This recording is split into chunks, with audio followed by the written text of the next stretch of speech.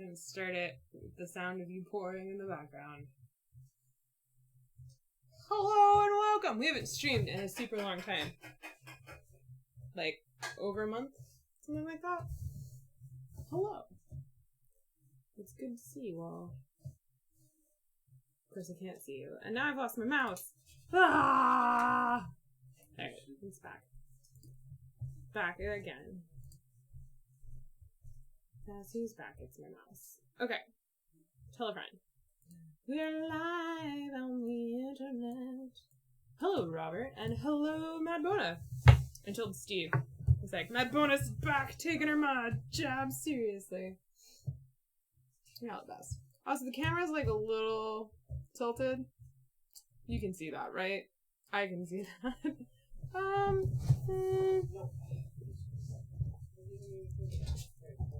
Oh. Okay. It's tilted in a way I can't correct it without surgery. So we're just gonna live with it. Steve's trying to... What? Just give her the pain pill. She won't. She won't take it. Let her smell it. And think about... We gave them Chewies, because we bought them Chewies because we're starting Essence stream stuff. My voice just came on over election coverage. That's what should happen. But we're trying to give Iji her pain pill, and she like won't drop her Chewy to take it.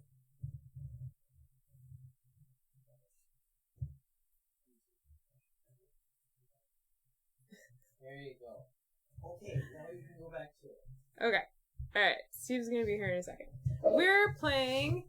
So I asked my Patreon supporters what they would want our first post Essence stream to be, and they voted on Crown of Emara. So that's what we're gonna play. So Crown of Emara, nobody was really talking about it going into the show. It actually, I was on my interested list, which is why we went and played it and eventually got it. But it wasn't on my anticipated list. It actually got bumped out for another game that had kind of somewhat similar mechanics. Funny enough, that game did not come home from us and with us. But don't worry about that. So yeah, so we're going to be playing this. Basically, the story is the king of Emara is loved and everybody thinks he's the best and it's really great. And he wants to make sure that his successor is worthy of the task, and so instead of being like, yeah, my heirs succeed me, he's like, okay, so whichever of you nobles the people love more and that you do like better stuff for the countryside gets the crown.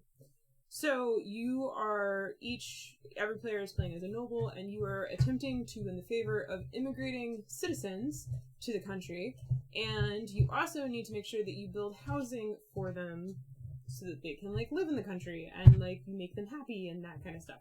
So you actually will have 2 score tracks in the game, and at the end of the game, the score track, your lowest score track is your final score for the game. So that's what we're going to play. We're going to play 2-player. John wasn't able to join us tonight because he's doing some election support group stuff. This is our election support group stuff. Please no, if you're watching this in the future, it's November 6th, which in the US is the midterm elections for 2018. It's been a very interesting last couple of years. Please, no discussion in the chats about election results. We will mute them / delete them / we don't want to see them. Like, part of the reason we're streaming and made the conscious decision to continue to stream tonight on Tuesday was so that we could avoid the election stuff for, like, our mental health. Like, we'll check it tomorrow when it's all resolved, and that kind of stuff. So, there we go. Okay. So we're going to play Crown of Emara, and then, if we wrap up in time, we're going to play Gingerbread House, which is the new Phil Walker Harding title, which we're all witches... And we have gingerbread houses, and we're luring fairy tale characters to our house so that we can trick them into eating bits of our house, and then we capture them and not enslave them, just capture them. So, yeah. There you go. Whew. Okay. So, I'm gonna put this down here. We're gonna do setup. They're kind of Emara, and I thought Steve was coming, but he's not. He's eating a muffin. Okay. Alright. Okay. So, I decided to include setup on this because there's not a lot of videos on this game yet. So, Crown of Emara. Wow, the brightness factor is like not great on that camera. It's the first stream in a while, so all of our settings are a little bouncy. Yeah, Twitch is traditionally more active because we moved everybody to Twitch, but Twitch has not made me happy recently with their running ads in front of my content, even though I don't monetize my content. So I have decided we're going to move back to YouTube at some point. So, yeah, let's leave that on. Okay. Cool. So, Crown of Emara. The setup for 2-player, 3-player, or 4-player is basically the same. Oh, the game is also designed by Benjamin Schwerer. I haven't said that yet. But we looked it up, well, John looked it up, and Benjamin mostly does Hava games.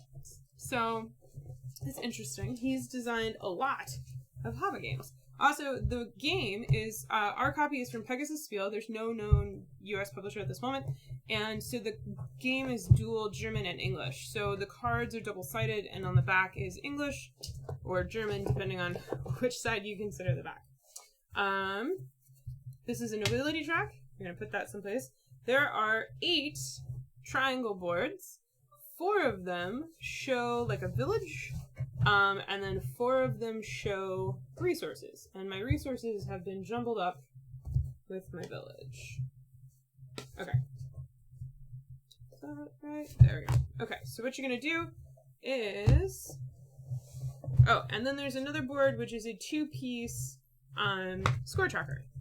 So you're going to put that someplace where everyone can see it. We're going to put ours way up there. Okay.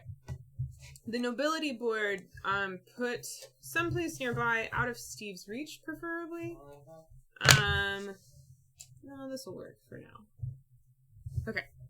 Then each player is going to get a player board, and the colors are like the color of the tunic. Doesn't super matter. But the fronts or backs, depending on your opinion of which is the front and which is the back, bless you, is different genders. So there's a male character and there's a female character, but it's also kind of like subtle. Like some of them you could go either way. So, Steve plays blue, I play yellow, and then we're just playing 2-player. They could totally go either way. Yeah. Then there are wooden resources. Every player starts the game with their own deck. You're not going to add any cards to it. This is not a deck builder. And you start with some pawns. We'll talk about that. Then there are some rings and loaves of bread. Come on. Lots of tokens. Yeah. Then there's a little horsey dude. This is the first player marker. I like him. Okay. I think this is a statue? Yeah, it's a statue. This is the statue of awesomeness. This is all gray. Oh, it is I think the a rule says statue. it's a statue. I thought it was a person. I mean, it was maybe a person. they got Medusa. Oh, that's the king that we're probably taking over. Maybe the king got Medusa and it was kind of awkward. Alright, so we're going to deal with that later. So you're going to take the 4 triangle boards of each type and you're going to build the town. So we're going to build the village. And it's random. So you randomize the stuff. Also, I want to point out, and we actually are probably going to flip this, the boards are all double-sided. So one side has the full like city art, like Euro art, and then the other side has the background, like it has a color overlay, so you only see the action spots, like the important spots. So... Oh, that's nice. Yeah, so I think... Oh, you can't mix them. For us, we're going to play for the stream with the less colorful picture sides to make it a little bit more obvious. Do you want me to turn the lights on? No. I did not set them up on purpose. Though the glare is such that we probably need it. And then the nature side, you're going to do the same thing, randomize. There's a color side, which pretty art that is like relevant for the location, right? And then there's the boring side, which we're going to use. And these boards can touch. Doesn't really matter if they do or not. But for space reasons, we're going to make them touch. Then you're just going to put all of the resources of the types on the resource side, which is the like countryside. So there's wool or fabric. Then there is grain or wheat.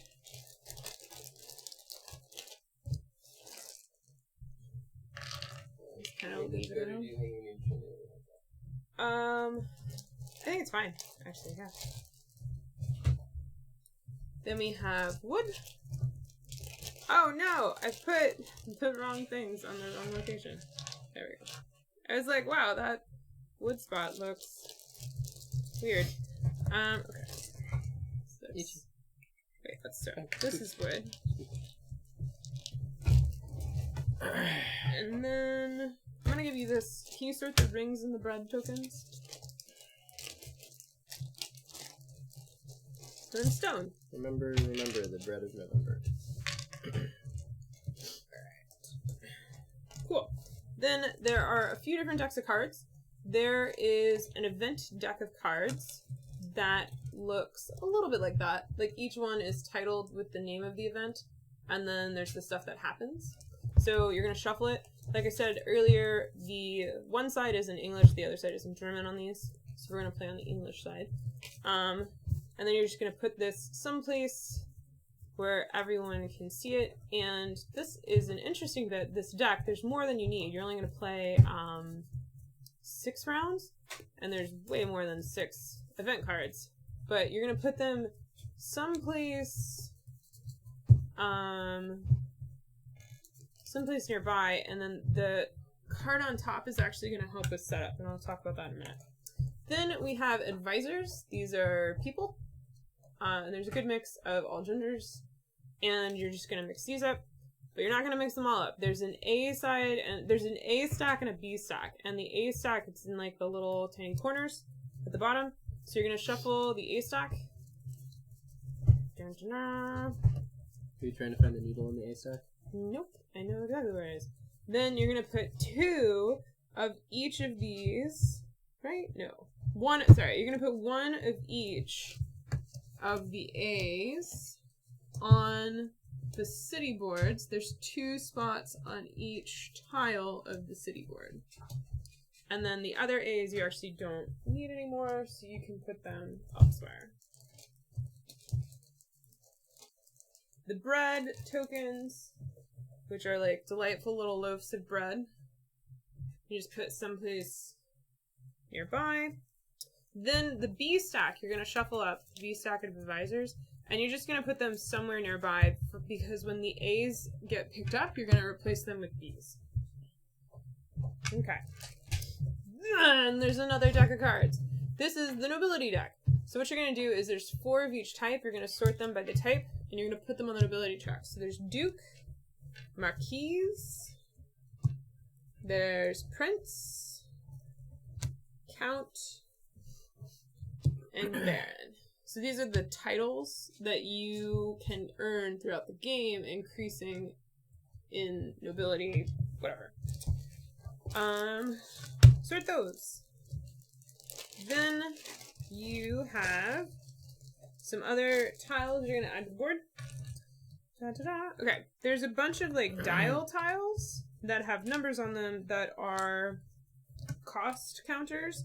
So, and they match the roofs on like the super well-defined art, but otherwise you just have to realize. But they depict the cost of items. So in a 4-player game, you're going to use the side that doesn't have a player count symbol, but in the 2 or 3-player game, there's a little like 2 or 3-player thing. There's one less number. So we're playing 2-player. So we're going to put one of these tiles, the red roof tiles, on the appropriate side, and each of the spots on the red roof, it would be red if we weren't using this side. But for that's 3-player setup, there's a black number. You're going to put the black arrow closest to the resource that you're putting it on.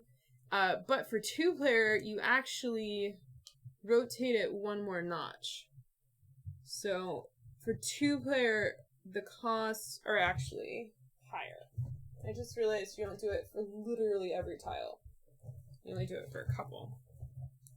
This is our first time playing it 2-player. We've only ever played it 4-player. We only rotate wood and green. So stone will stay cheap and wool will stay cheap. Okay? Then there are tiles for, there's a, did I mix up the colors? The roofs are so hard to tell. Did I mix up the colors? No, I didn't. Okay. So then there's brown tiles. They're exactly like the red tiles. And you're going to put them on the brown roof, doing the same thing where you put the correct side and the darker number, pointing towards the resource. And then for that one, oh, I mixed it up. Sorry. The crown, you're supposed to do stone and cloth, but the cathedral you do wood. Okay. Then there's 2 more dials. They're hexes. One goes. It's so tough when it's not colored. The brown one goes on the brownish wood mill with the correct side and the dark number there. And the gray one goes on the stone one. Steve's getting over a cold. And then for 2-player, you're going to rotate both of them 1 notch lower. And that's the only setup difference for 2-player versus 3-player. Then you've got these favor tiles. They're square, and they look like that. Of course, too. You're going to mix them up, and you're just going to put them someplace nearby. Because people can draw them and gain them. Cool. Let's see, what else? Steve went ahead and put all the coins in front of him. How convenient. It's in front of where you get them. Uh-huh. So there's a stack of gold coins, there's books, and then there's signet rings, all of which are items that you can gain. We're not using bowls tonight because I thought this would be easier. Turns out maybe not. So yeah, cool. And that's like board setup. Then every player has a player aid and then 9 cards. So they're gonna get their player aid, their player board, their 9 cards, and then they get a bunch of meatballs. You got 2 bigger meatballs, one of which looks like it's wearing a dress, the other one which looks like it's wearing pants. You pick which one you're gonna send to which board. Toss them there for now. Then you got 4 shorter ones. These are your like citizen aids. One of them has a really fancy hat. Keep him to the side. The 4 that are like just little identical whatevers, there's a spot on your board. You're just gonna put them right there. Okay. We're gonna have to zoom the camera out. Then you have a little house. So your little citizen dude with the fancy hat is gonna go on 0 because you start with 0 citizens in your favor. And then you're going to start with your house. This represents your building scores. Somewhere on the score chart higher. And what that number is determined by a tiny little number in the center of the first event card. So it's a little house building. And for this game, we're going to start at 35. The lower the building number, the harder the game is. The higher the building number, the easier it is. And that's set up. And we're going to zoom the camera out and check chat. See if there are any questions. Because I just went through everything. If we do that, we can do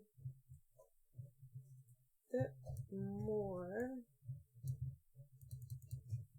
with camera space.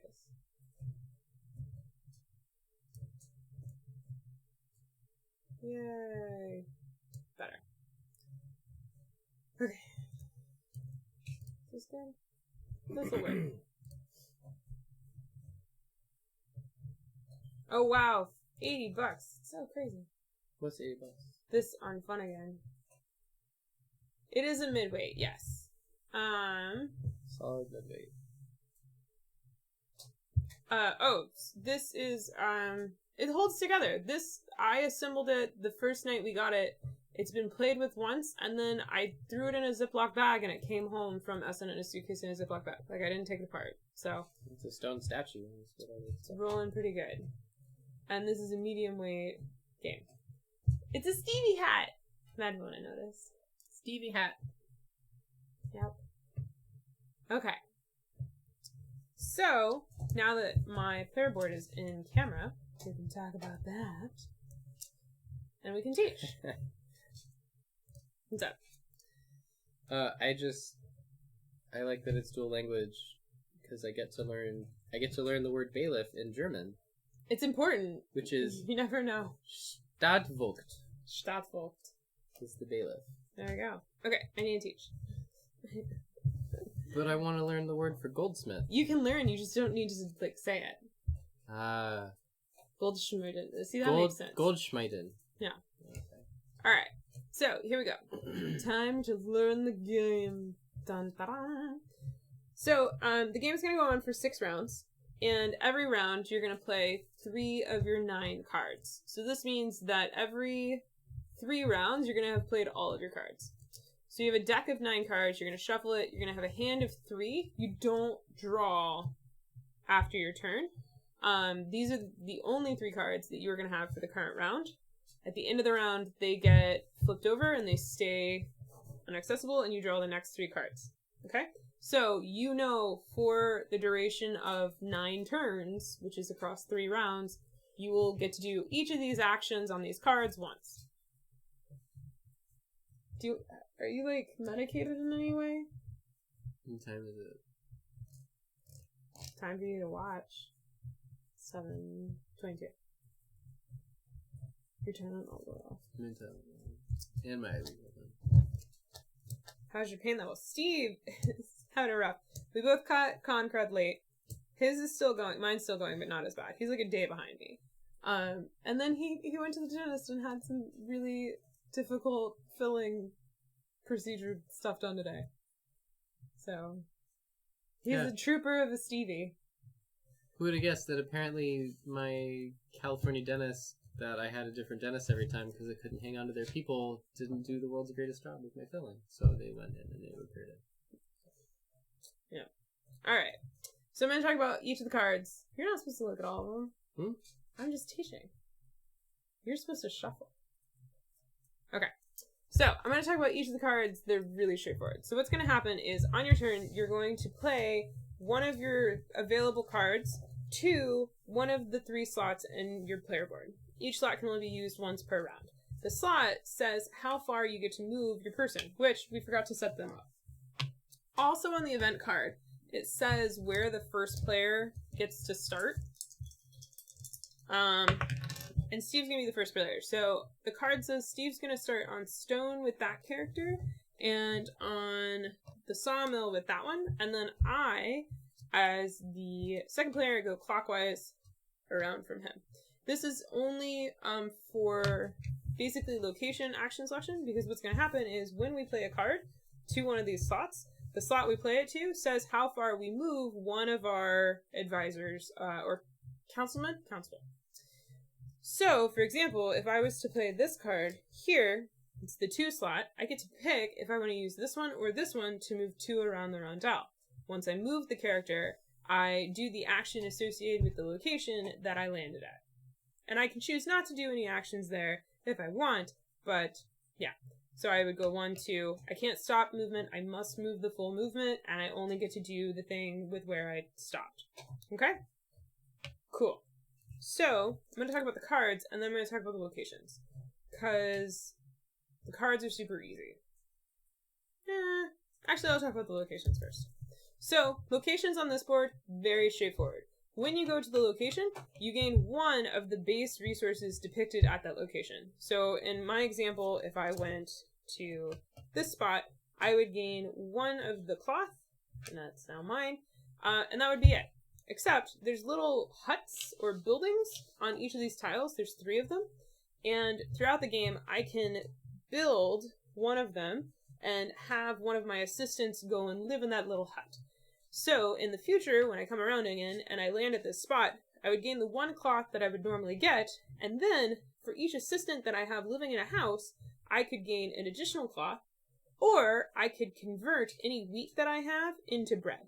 And bread is helpful because you can convert it for citizen points later in the game in the town. Okay? That option to hire an assistant for a location is the same for every location. You will always either gain an extra of whatever the location's base resource is, or you can always gain the option to turn a grain into a bread for each assistant you have. Okay? So, that is the cloth space. The stone space, exactly the same. I go there, I get 1 stone. Grain space, go there, get 1 grain. Wood space, go there, get 1 wood. Do you see a pattern? And like I said, the assistant perks are exactly the same. You can only have, there are only 3 houses. You could have each of the houses. You can have max 3 assistants down on 1 area, which coincidentally is the max number of houses in an area. Once all the houses have been built, you can't go there anymore. The cost to build the house is depicted on the house. Okay? And every house has a different cost within each area. So, that's this board. Very straightforward. This board is where all the juicy stuff happens. Okay?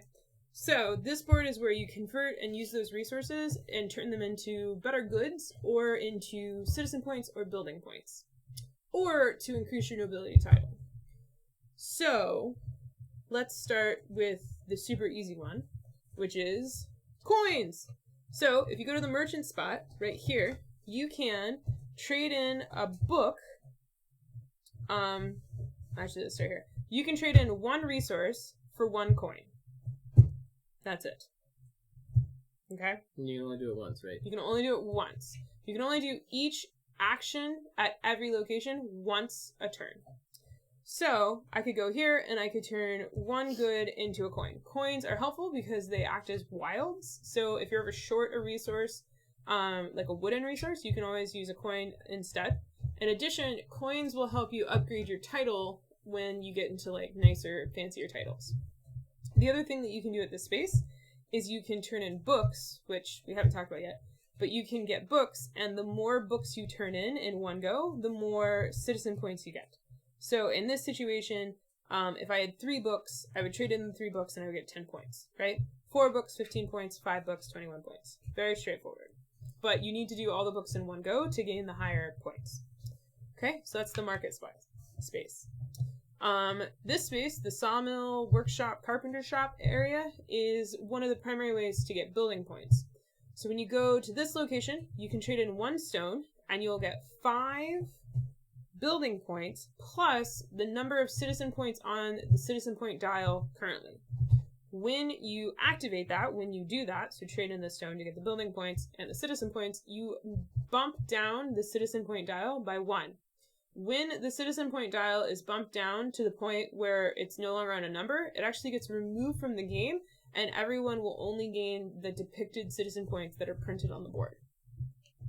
Okay? This dial works exactly the same, except for it's bread. So in this case, you can turn in 1 to 3 bread to gain the number of citizen points depicted on the wheel, but it's a multiplier. So for every bread that you turn in when you do that, you would gain the number of citizens depicted. In this situation, if I were to turn in 3 bread, I would get 3 times 5, so I'd get 15 citizen points, and then we'd bump this down. Okay? That's Steve's favorite method. Love bread. You can also go over here and convert 1 wood into 5 building points, or 3 wood into 10 building points. There we go. When you go to the carpenter location, you can do each of these actions once. So you have 3 things that you can do here once. You can do any combination of those 3 things, or you can do none of those 3 things, because whenever you land at a location, it's optional to do any and all things. Okay? Yeah. Then we'll go over here to the crown. This one's really straightforward. You turn in the number of depicted resources for the rondelle to gain a ring. So if I wanted to go here, I could turn in 2 cloth to gain one of the signet rings from the king.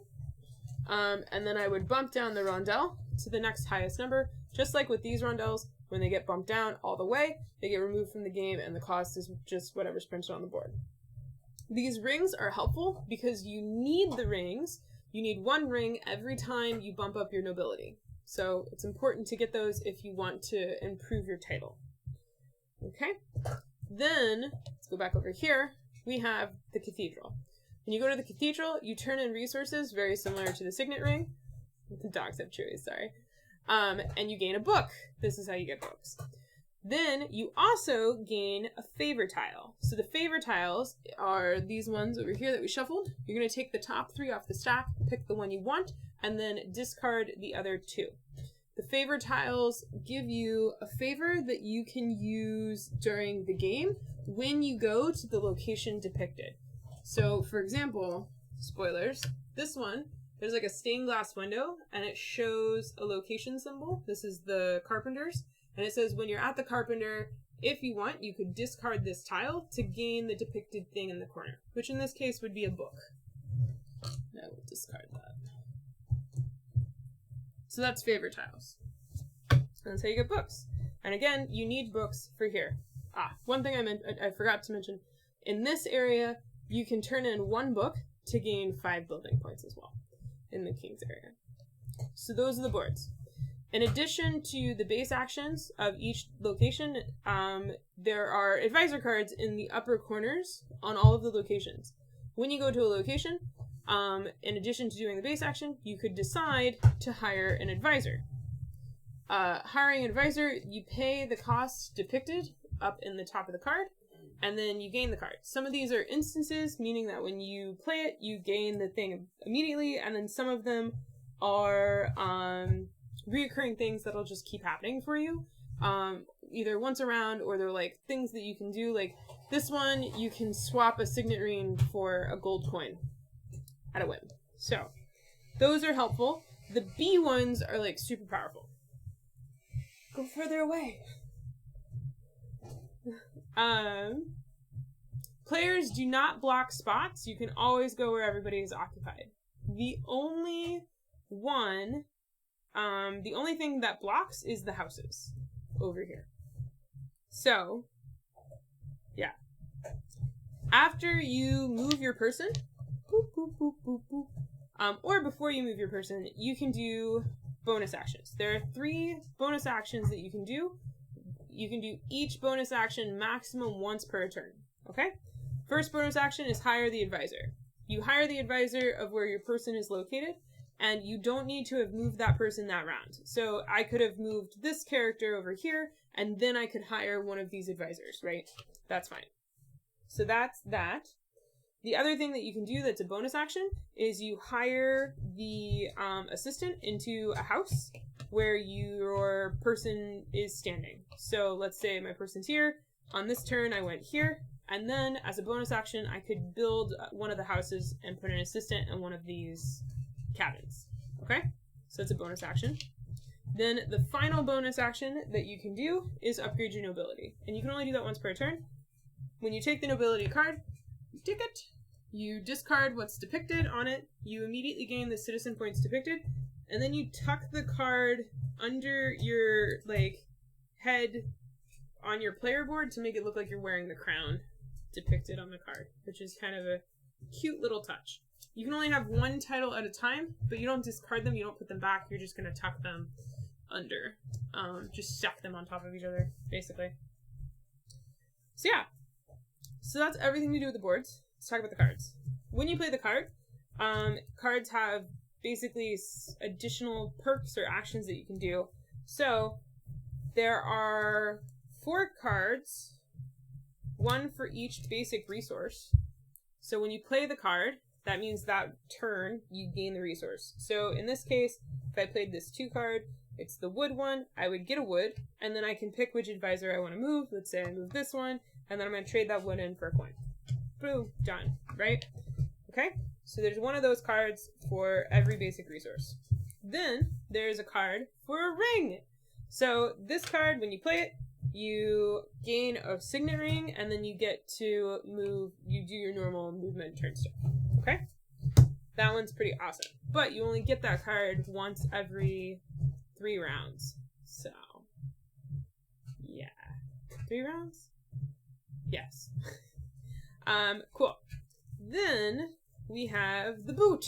This one right here. So this gives you an additional movement. So when you play it, let's say I played to the 3 spot. And you can always take these in any order. So you can deal with your moving on the thing and doing the board actions. Then you can deal with your card. Then you can do bonus actions. Or you could start with bonus actions and then do the moving of the board and then deal with your card. Or you could deal with your card first, and you get the idea. So in this situation, I could deal with the card, which means I do a 1 move action. So I would go, oh, I'm going to move this person 1. I get a wood. I do all my stuff here. And then I'm done. And then I get to do my 3 moves, so I could go 1, 2, 3. Hey, I'm back at grain. How convenient. Now I get a grain. Right? Or you could split it up between boards, so instead of moving this character 3, I could go 1, 2, 3, and move this character 3. Okay? So that's the 1 movement card. Then we have this one, which is like the town card. When you play this card, you get to do one of the town actions as if your character was there, which is pretty sweet. So if I played the card here to the 2 slot, let's say I move this character 2, do all this stuff, right? Then I'm like, sweet, my person's here. I really want to do that action, but I can't do it again because you'd have to move, so I'm going to do it now with this card. So I'd get to do the stuff over there. So that's that card. And then you have 2 cards that let you do some bonusy stuff. So this card, when you play it, you can convert 1 good into a gold coin or 3 goods into 2 gold coins. It's pretty sweet. Then this one allows you to do an additional bonus action on that turn. You can either hire an addition or build an additional house for an assistant. So if you played this card, that means essentially you could build 2 assistant houses that round. And it's cheaper to build the assistant house. Or you can do a nobility card or hire an advisor for 1 cheaper. That's not right. Oh no, sorry. You can only hire an advisor. Nobility, you have to do that way. The art confused me. So this one, you can either do an additional building of a house for 1 resource cheaper, or you could do a hire an advisor for 1 resource cheaper. I think. This is where the rules are not super clear. I don't know if it's an additional bonus action, or if it is just that your bonus action that round is 1 cheaper. Does not say. Though,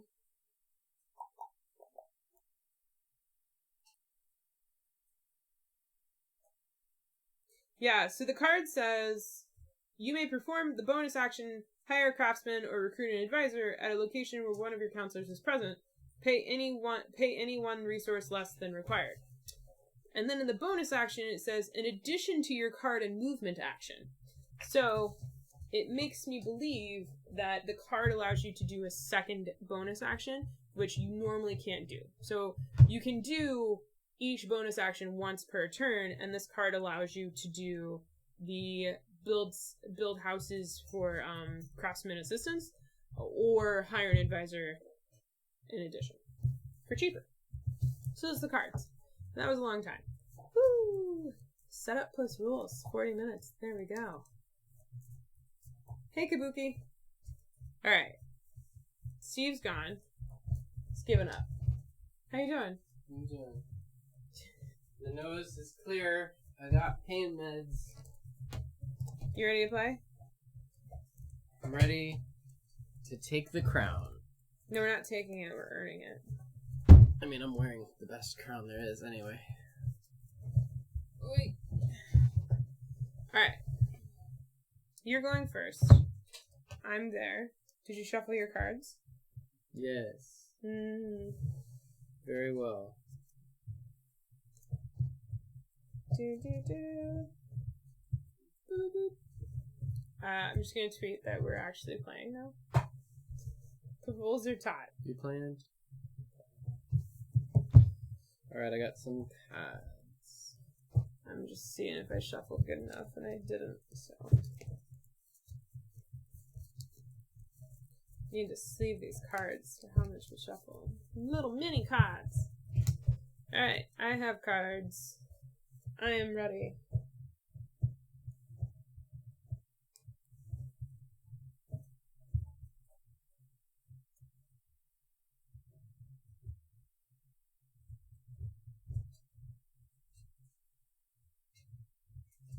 Go ahead. Funking.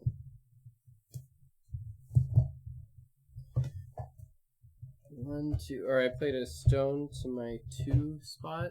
So I go 1, 2. And then I get a stone because it's on the card. And then I get a wood because it's where I landed. And then I could, if I chose, immediately throw someone in a hut because I have a stone and a wood. But I choose not to. Oh, I messed up a thing. In addition, we each gain 1 resource for where we are located. Oh, when we start? Yeah, so you actually would start with an additional stone, and I would start with a green. I always forget that rule. Was that the first, Oh, at the card? start... Oh, yeah, and the first event. There we go. And the event is at the start of the round, we each get a wood. So do you want to undo your turn?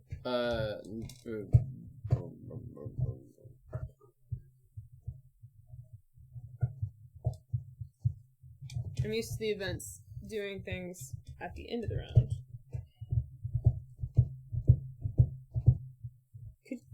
Could whoever's under the table making loud noise just not be under the table? I'm not going to undo my turn, but I am going to do the free action of placing a goober.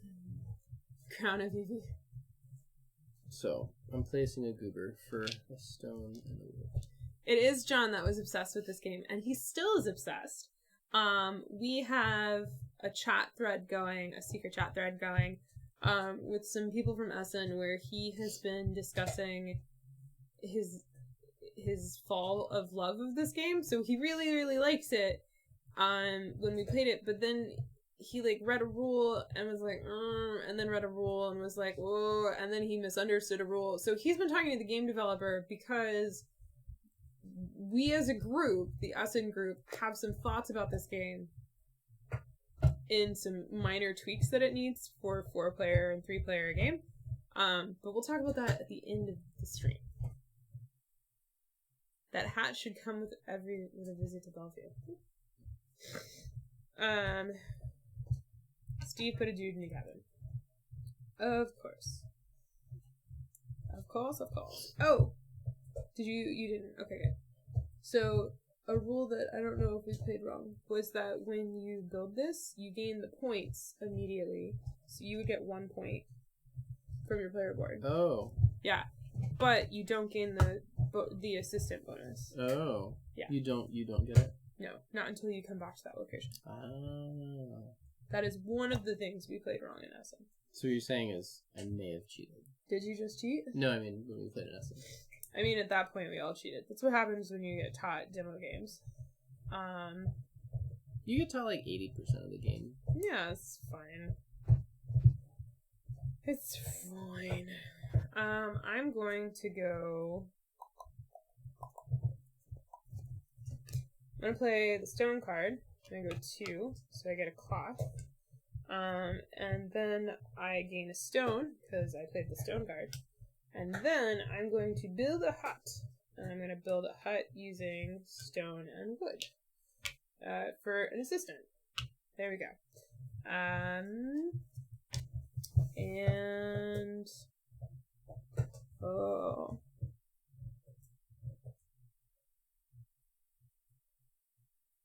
Huh. Actually, do I want to do that?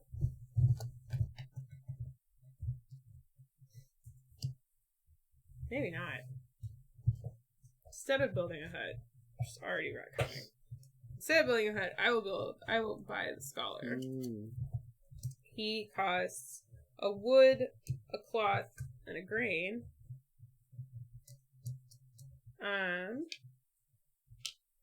and I immediately get 3 citizen points for hiring him. And from now on, it only costs me, it's 2 of any resource to put an assistant or a craftsman assistant down. And then it's 3 resources for assistant cards. I'm going to read the specifics on this while you take your turn, because this card I am not familiar with. Darn, I was hoping I'd have more time to plan. We're both sniffly. I'm sorry, everybody. Oh, I can pay any resource type to either hire a craftsman or get an advisor. I just have to match the quantity depicted. Sweet. I'm gonna get a green and go 3. So 1, 2, 3, 5, 6.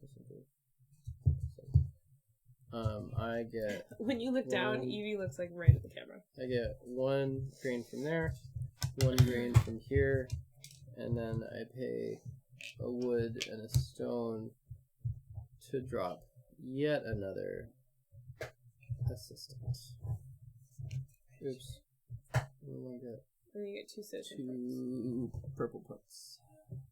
But I get what? Purple. Oh, no worries. Don't worry about it. Oh, because I bought this advisor, they immediately get replaced with this advisor, which just gives you a ton of citizen points.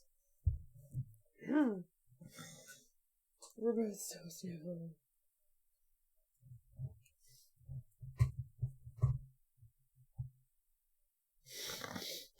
I'm sorry.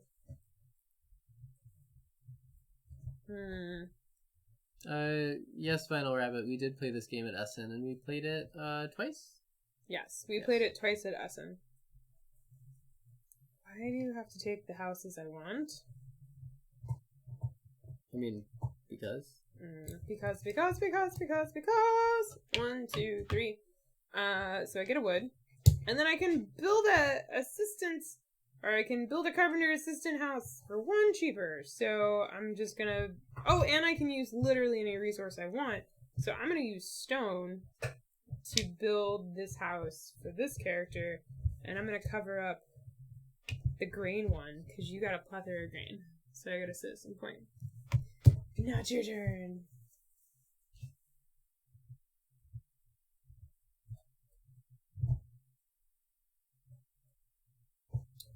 Well, I will play my last card to my 1 slot. I gave my... We played... When we were playing this... Actually, when we were playing this game in Essen, I had a Pikachu hat, and the person we were playing with loved it and wanted to know where I had gotten it and wanted one for themselves, but it was their last day and they didn't want to go all the way to the hall. So I gave them my Pikachu hat because I had a Loki hat. Corgi ears with a crown. It's very fitting I have a crown. The skip ahead 1 space and do an action. It's not either... a skip ahead. It's you do another movement. Well, yeah. It's not... You don't skip anything. Well, you just do an additional movement action. So it's skip ahead. You could skip while you're doing it.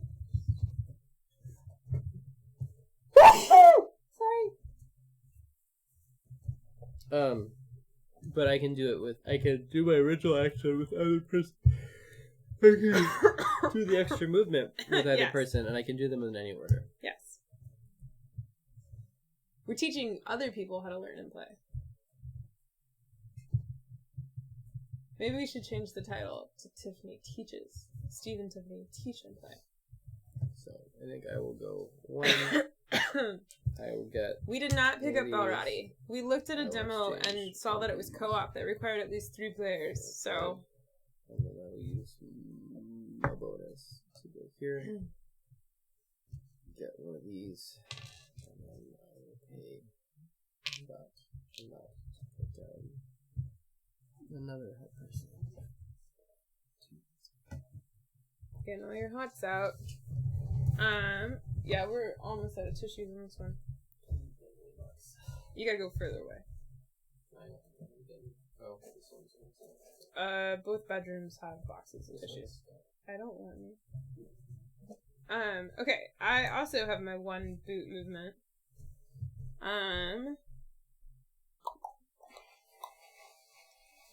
I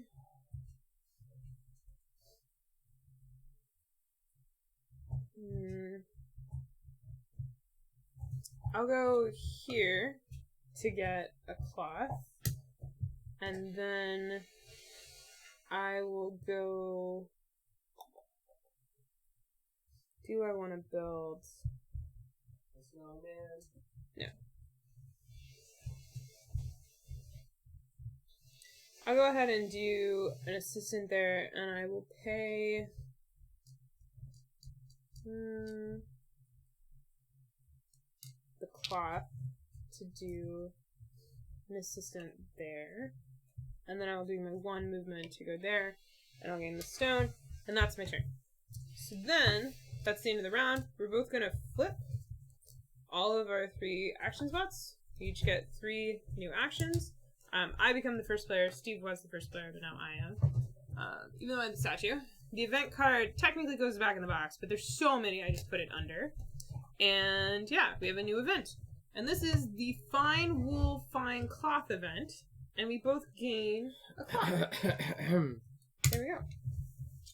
And now we're on to round 2. Did you... the play with all 9 cards is a variant, right? And It's a 2-player variant. We are not playing it.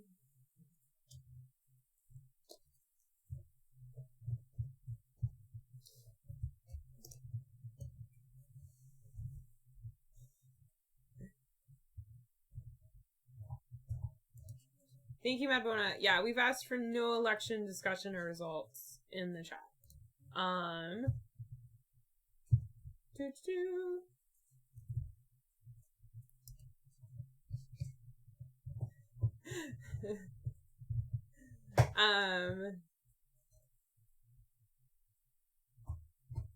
Okay, sorry, I was catching up. We vote by ballot. We vote by mail in Oregon, which is amazing. I don't understand why more states don't do it. So we actually don't get stickers, and we don't get to go to a polling place and be weird. Instead, we just get to do it while naked in our living room. And also vote. Yeah. All right. My word gave out. I voted stickers to people. That's fine. We could make our own.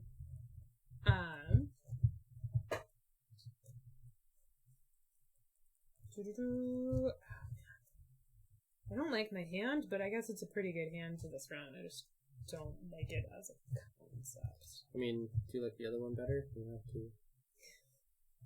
You're a jerk, Kairos. It's me. I want to do the action at the location I'm at, and it's not working for me. And I don't want to do other actions, which is a bummer. But oh, because you can't. Yeah, you can't do the location for the place you're at. yeah. Okay. I'm gonna go ahead and do.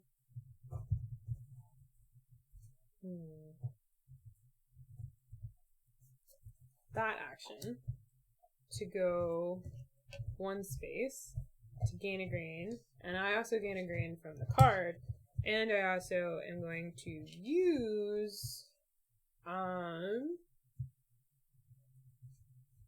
the wood that I have. No. I'll use the wood that I have to build an assistant. Oh, I should have gotten 2 more assistant points from the last assistant. I'll build them there. So I would have gotten 2 points from the assistant I did last time, and then I get 3 points for the one that I just did. So I'm there. And do I want to build this? Damn it! I got it stuck in my head.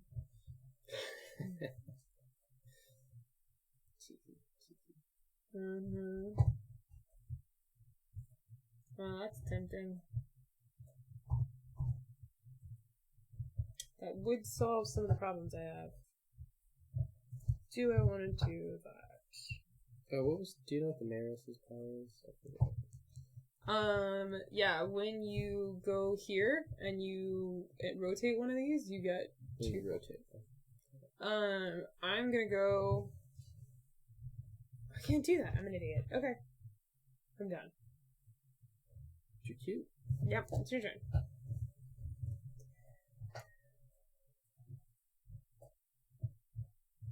The microphone is bassy and sounds like we ate it.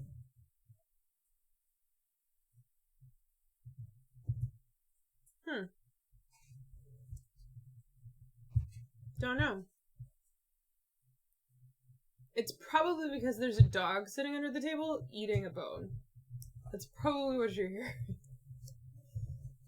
I'm gonna go here.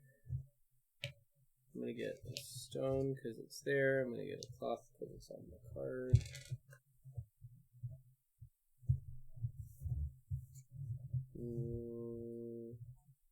Actually, I lied. So Mad Bona was saying earlier that it was really sad when I lost my Loki balloon. So I actually, when I was editing that video footage, I like went back through the video footage trying to figure out when I lost the balloon. And I lost it sometime when I was filming crowd montages. So, yeah. Which means the camera wasn't pointed at me, which sucks.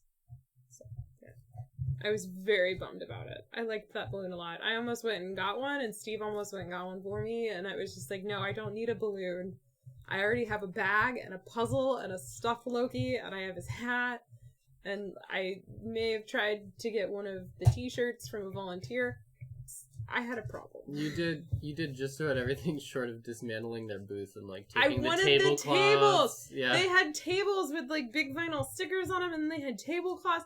It's like, look, it's a corgi with an adorable name that would be very easy to vandalize to look like Ichi. Like, we discussed this in detail. If I had white tape, it would have happened. And it was like my favorite color, my second favorite color, one of my most, I don't know. It's like the color choices they picked are my favorite colors. So, anyway, I'm going to go. There's like so many things I want to do in this game right now, and it's so frustrating.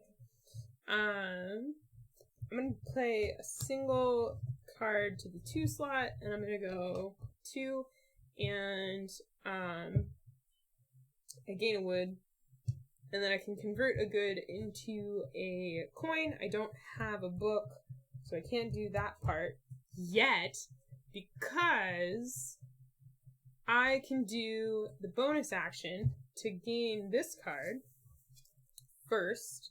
So I have to turn in 3 goods, and I'm going to turn in, I'll actually do what's like pictured on the card. So I turn in 3 resources, and then I gain this card, which gives me 2 citizen points and 2 books. Woohoo! So if I wanted, I could turn these 2 books in now for 6 citizen points. I'm actually going to hold on to them because I get more points, but I will turn in a wheat for a gold coin. Yes. And that is my turn, and we replace that slot with card. Alright, Steve. Your turn.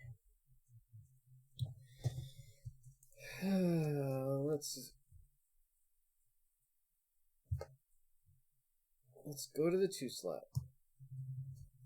We'll get a cloth. I'm gonna go 1, 2. We're gonna go to Royal Town. Royal Town, eh? You getting a ring?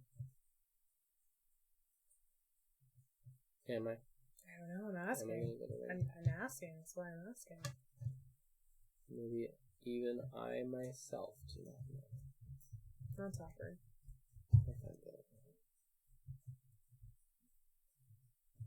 Yeah, we need to buy another boom for the mic.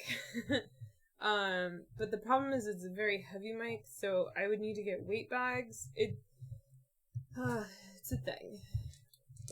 First, I'm gonna go 1, 2, 3, and I'm gonna get the Chamberlain, which gets me 6 purple points. The other thing we could do is get lapel mics, but then we would have to get a converter thing to hook into the thing. It's like a process. I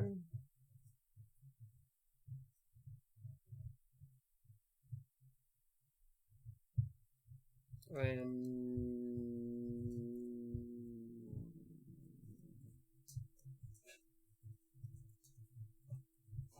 Are you done?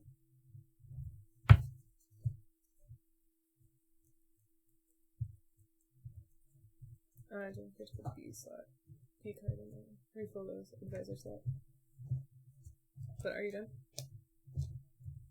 Oh no! You just ruined everything.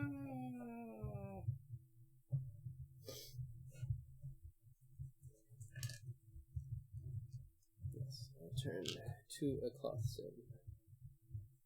Yes, signet ring. And are you gonna become a baron? Or are you just gonna hold on to that ring? Yes.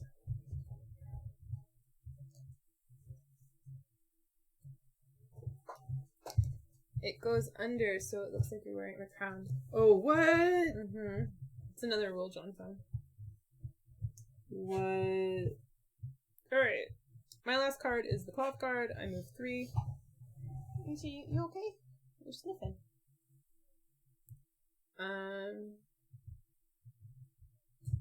I get a cloth, and then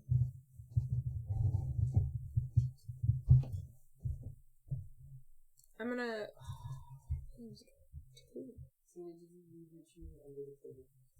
I'm gonna go 1, 2, 3 to that slot.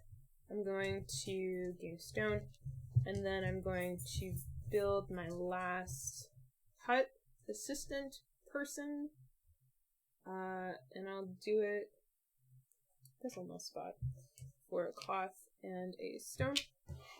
So I get 4 citizen points, and that's the round.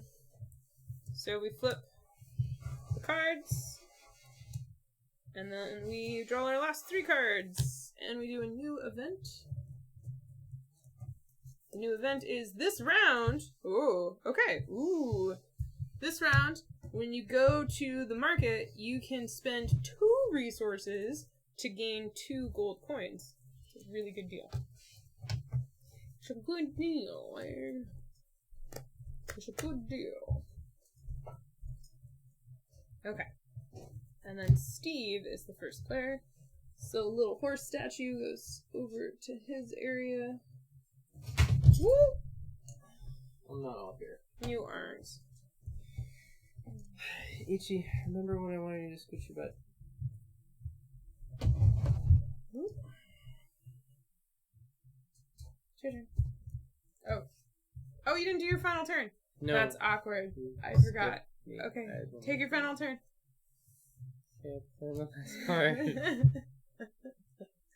Whoops. Just drink some wine and apologize later. It's not really a motto. It is now. What you move in 3?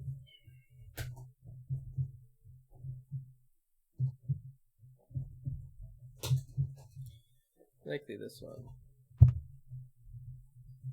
I will get a cloth.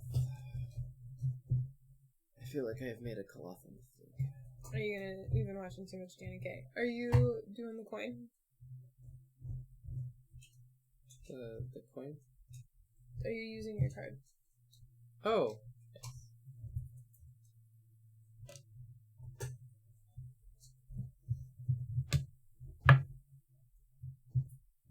Okay. Now are you done? Yes. Cool. Alright. I did the end run setup. So flip your cards and get your last 3 cards. Alright, I'm gonna make sure everybody on my team can see the cards.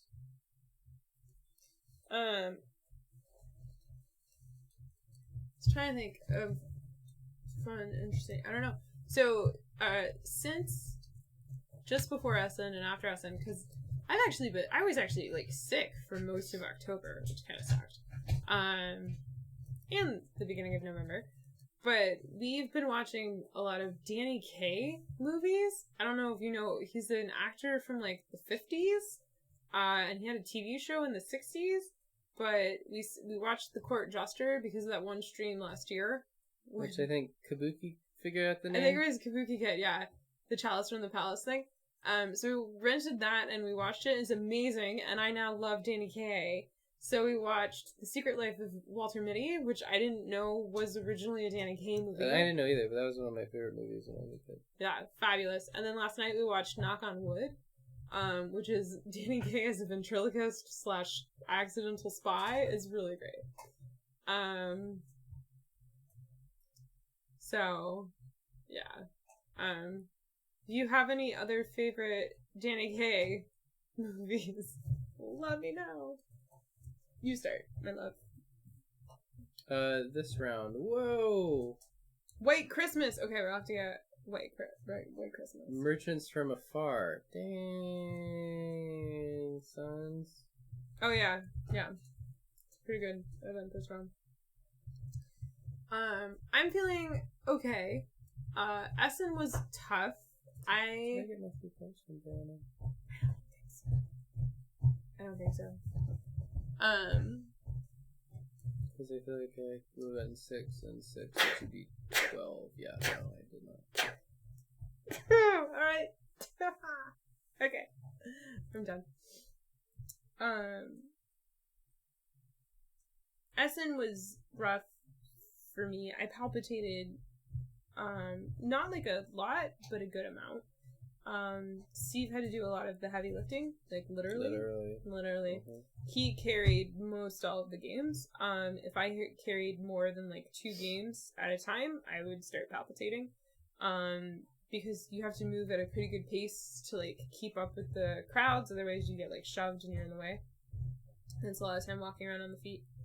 So, I ended up usually going to bed really early, like 8 o'clock every night, and then I would get up probably around like 5 or 6 because of jet lag and stuff.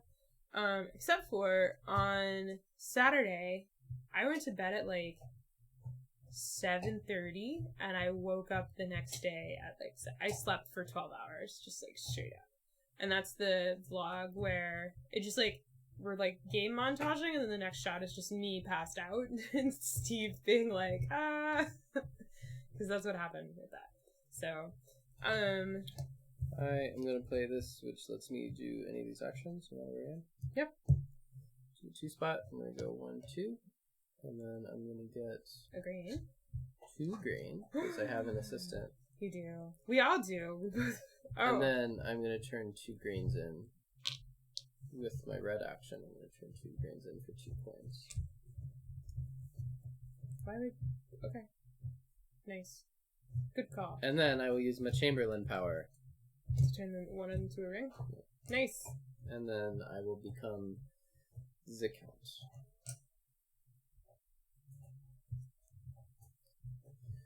She'll get me 6 purple points. 1, 2, 3, 4, 5, 6.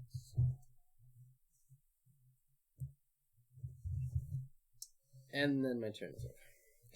Okay. I am going crazy. I'm not, though. I'm gonna go 1 step on this board, and I gain a wheat, and I have a person here, so I'm gonna turn 1 of the wheats into a bread. Like, do I want to do that? Maybe not. Actually, instead, I'll just gain an additional wheat because of my person. And then I gain a signet ring, but I'm going to turn it in immediately because I'm going to be a baron. Y'all can't baron to resist me. I don't know where I was going with that. And then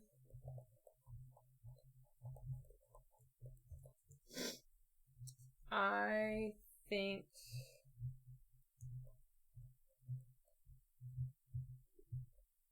I think I'll be done. Yes, I'm done with you. Gosh. Yes. Am I? Oh, it's the promo! Oh, it is! We have an Essen release promo mixed in, and that's apparently the next card that's gonna come out.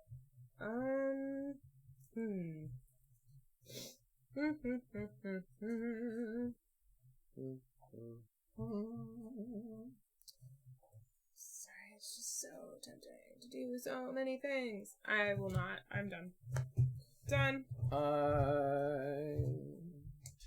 Don't start. It's November. Don't do it. I'm gonna go 1, 2, 3. He is the best. Steve is the best game carrier ever. It's on Friday's vlog. There's a section in the vlog where I'm like talking, and then I turn the camera to Steve, and he's just like, he's holding like 4 bags full of games, and he's just so over it. And I'm just like, "Are you done?" And he's just like, "I'm done." And I'm like, "It's not even noon yet." And then I'm just like, "Love more games." Your turn. Was it Friday?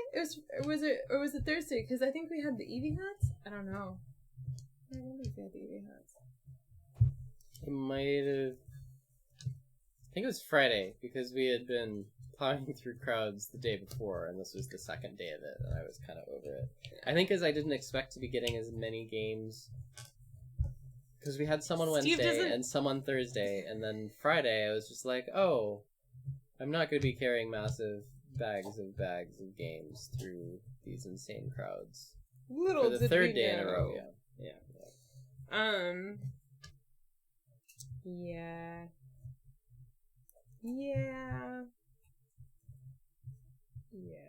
Okay.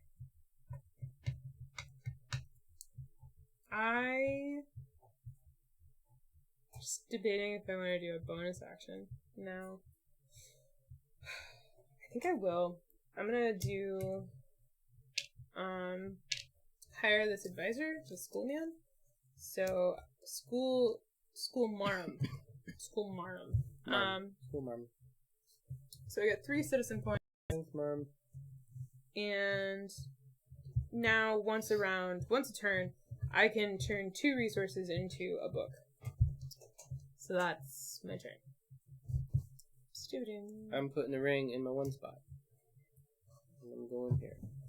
I get a ring, I turn... Night, Madmona! Ah! I turn a stone into a gold, and then I turn this ring and this coin into the prince. Hey, Hero Logic. No, the prince. Oh, and then I also just get 10 purple points. What did you do that you get 10? Prince. Oh, you're a prince now, are you? Mm. Okay. Oh, man. Alright, oh,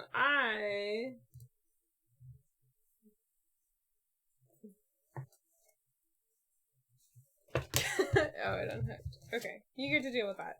I am going to go 2, and I'm going to go 1, 2 with this character, and I'm going to turn in 1 stone to gain a book, and I gain a favor token.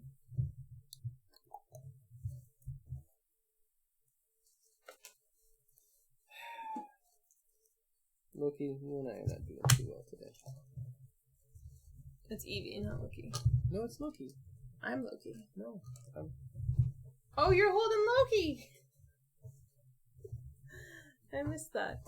I got a favor token. This favor token is when I go to the market, I can discard the favor token to gain 5 building points.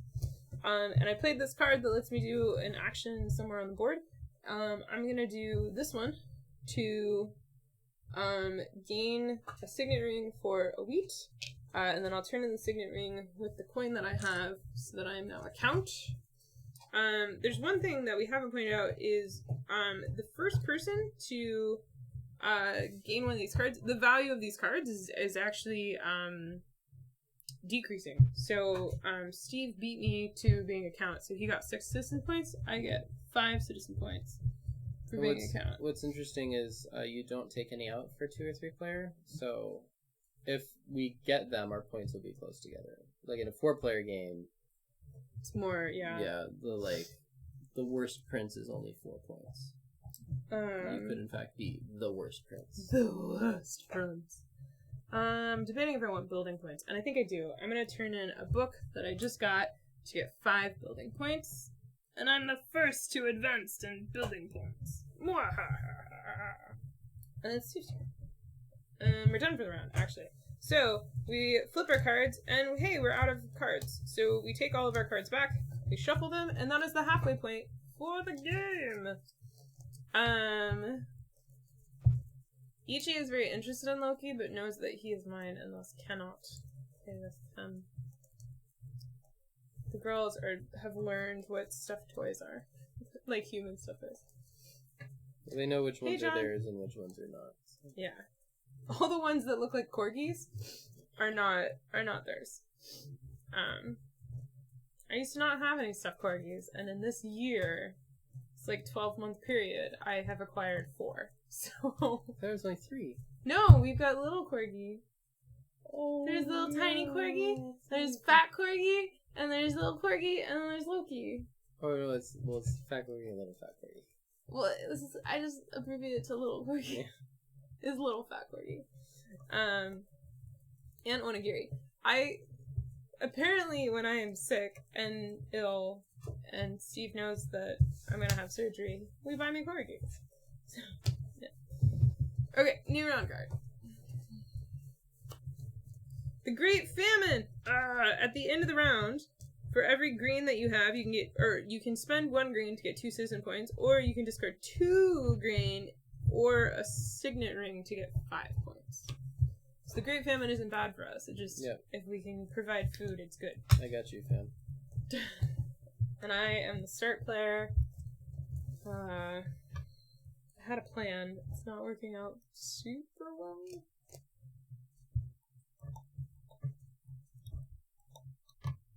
Okay.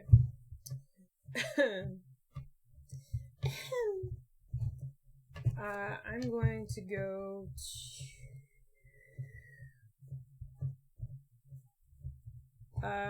sure. Okay. I'm gonna play the cloth card, and I'm gonna go 2. So I get a cloth and a wood. Sweet. And I have an assistant here, so I gain an additional wood. Perfect. Beautiful. Love it. That's my turn.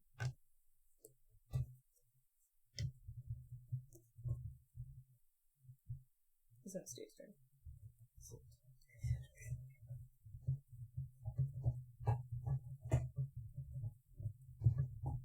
So if I travel on this board, I can get an assistant on that board without moving.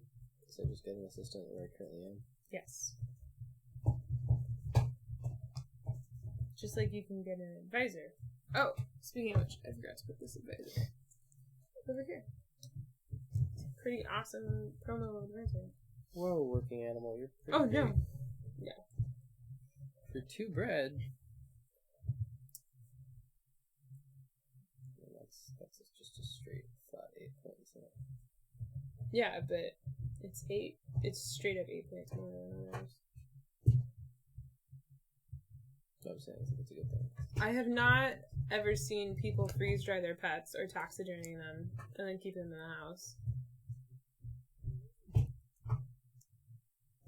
That's weird. It's weird. That's weird. Just gonna throw that out there.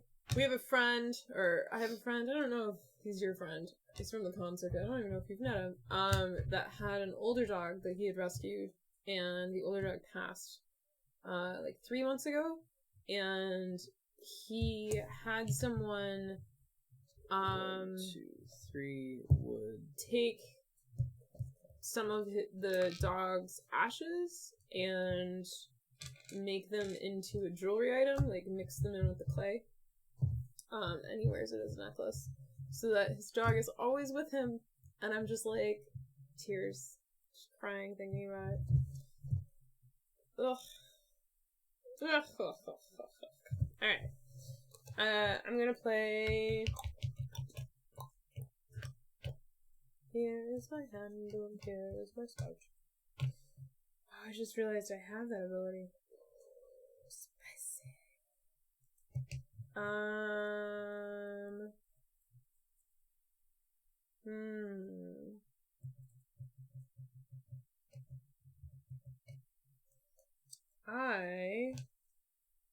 Oh. It's gross.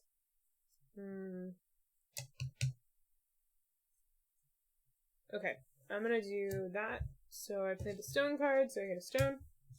Then I move 1, and I will move 1 to this location, and I will spend 1 wood to turn that little dial and get a signet ring. And I could by the mayoress, but I don't want to.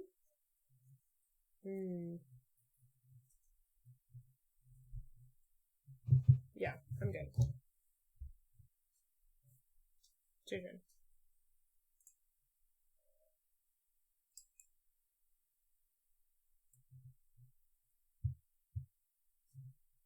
Yeah, they offered to give us Abby's ashes, and I didn't know what to do with them.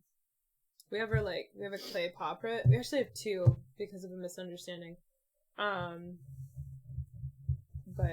we have her collar. And when I am in a stronger place, I'm gonna make a shadow box with her collar and her paw print and a picture, one of her most adorable pictures. Probably the Circle the Wagons picture. It's amazing. This is very Euro-y. This is like middleweight Euro in a box. And I still really like it. This is our third play. This is our first time playing 2-player. I still really like it. I was worried because, basically, I'll just talk about it now. We'll bring it up later. Well, Steve thinks. The concern at 4-player is that the number of these houses is not, it doesn't change for player counts. So at 4-player, there's actually a situation where 2 players could dominate this board and force the other players out for gaining craftsman assistance. And for the cards, you don't change how many cards are in play for higher player counts, and so they disappear very quickly at 4 players.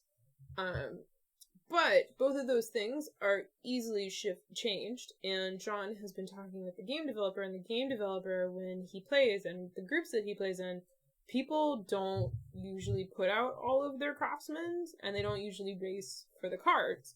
And so he hadn't experienced those issues at 4 players. But John and Frank from, I forget Frank's channel name, and Efka, all went for the cards, and the craftsmen's like crazy. They set them out like crazy, and they went for them, and so they dried up, and so like the end of the game they felt really dragged because they couldn't get these cards, and like one player would have most of them and just like power through. And a very easy fix for that, because there's a lot of extra cards, is you just increase the number of cards available at higher player counts. It's not super tough. Of the A's specifically, right? Yeah, of the A cards. There's only 8 B cards. Unless you have promos, and then there's more B cards. But, yeah. So it's a really easy fix, and the developer is open to playtesting more, and the developer's probably actually watching this stream. Hello. Because he was going to watch it, to see how we played. But, yeah, so when it gets US publication or something like that, the developer is open to suggesting a small change like that for player count. As for these houses, you could change it where, you can make it where one player can only build 2 houses per, or something like that. So, it's all fixable. Alright. My turn. No, it's still my turn. I was just waiting. Oh, okay. Okay, I'm going 1. No, I'm not. You seem so confident in that. No. You waited that whole time. I'm going 2. Where are you going to? 1, 2. I'm doing a green and then a bread. Okay. Well, are you going to buy the working animal? Just get 8 points straight up. Oh. My card breaks. Oh no, it doesn't. Okay. I think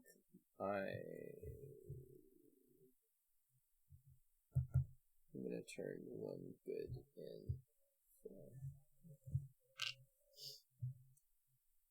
4. What?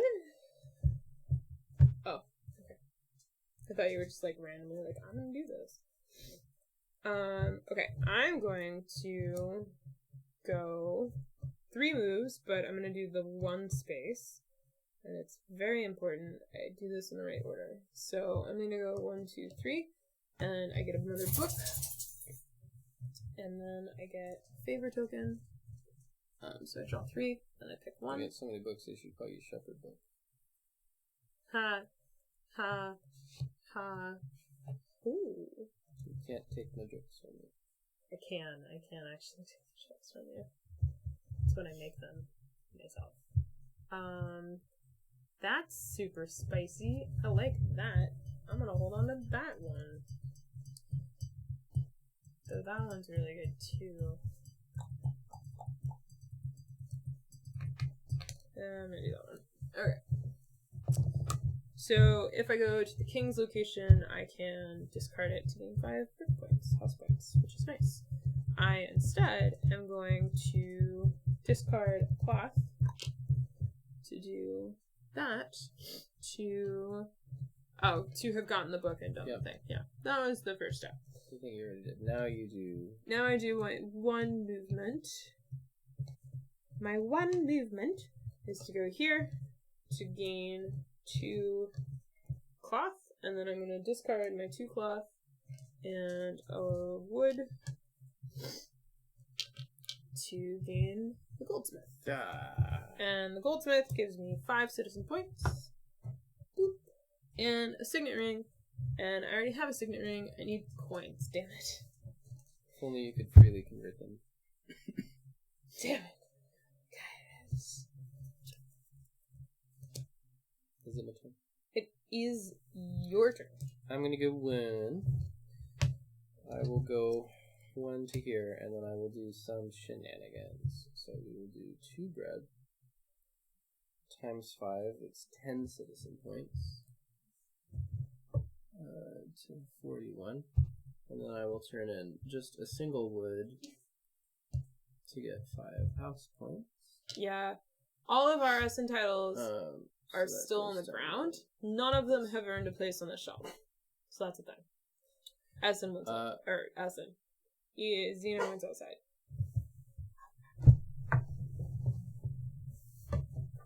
Are you done? Are you done? Are you done? Are you done?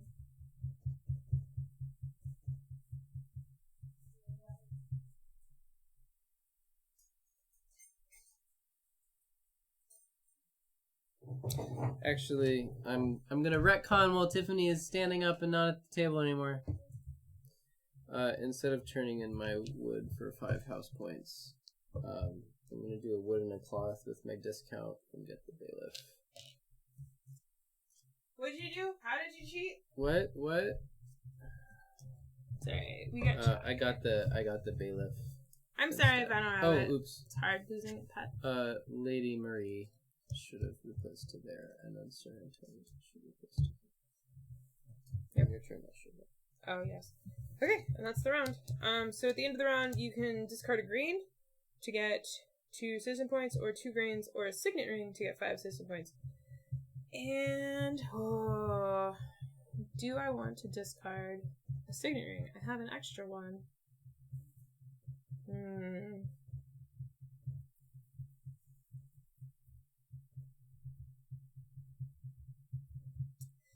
I am not going to do that. Steve's now the start player. We each get 3 new cards. This is the penultimate round. Wait, didn't I start last round? No, I didn't. Oh. That's why you went last on that round. At the start of this round, we each get stoned. I mean, stone. Woohoo! Woohoo! Stone!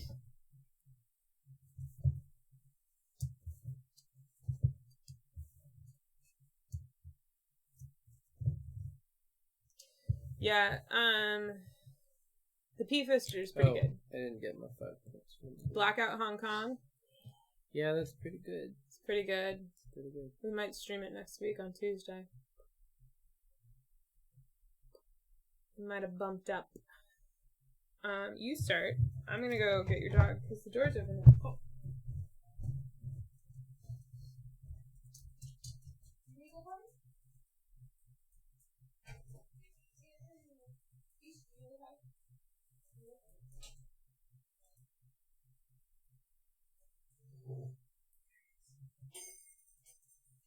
You don't get a treat when Xena comes in. That's not how this works.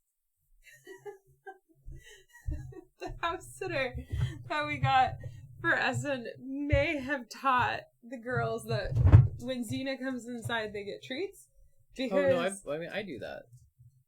like, even if Ichi wasn't outside? Yeah, Ichi still goes over to the treats and it's like, where's my treat? She came inside. Yeah, so Ichi was over here and Xena came inside and Ichi went to the treat jar. Yeah. Okay, I'll give them a treat. But you don't have to. I'm just saying, you're just reinforcing it and making it worse. But if Xena, do you want a treat? You stealing Chewy's. She's still chewing. Xena decided she wanted to take Ichi's Chewy rather than get a treat. Alright. Did you go yet? Not yet.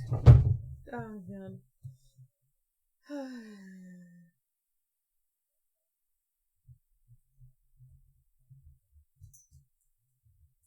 If you come inside, Steve gives you a treat. Yep. That's what we all just learned.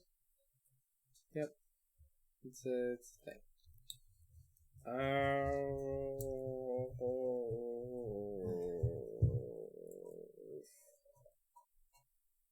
Why?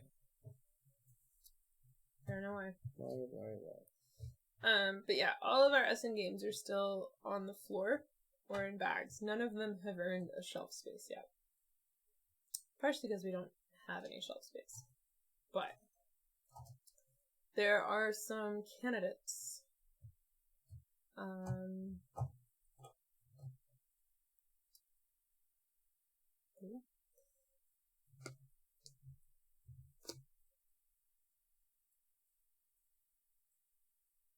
Waiting on you.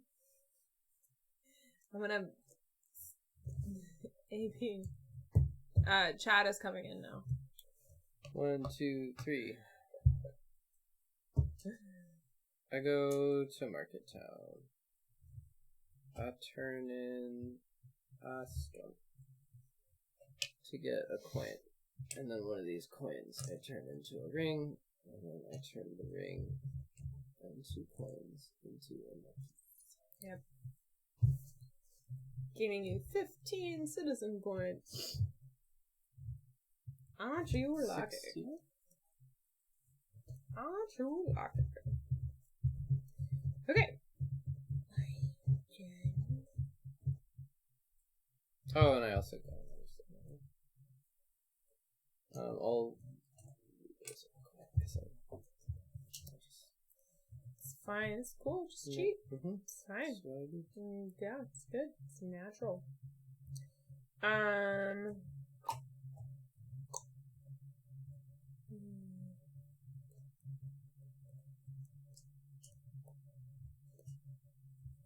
Okay. I'm going to do. That's once per round. Okay, once per turn. Once per turn.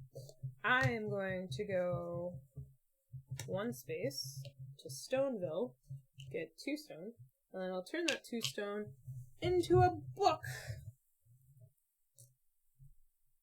gross. Gross. It's gross. I got 4 books over here. I am learned. You know what they say about learned people? We're learned. Also, I would go wood because I played the wood card. When does the game end again? When you take your turn. 5 more times. What? Have not seen Hereditary. Loki is a corgi. At least this Loki.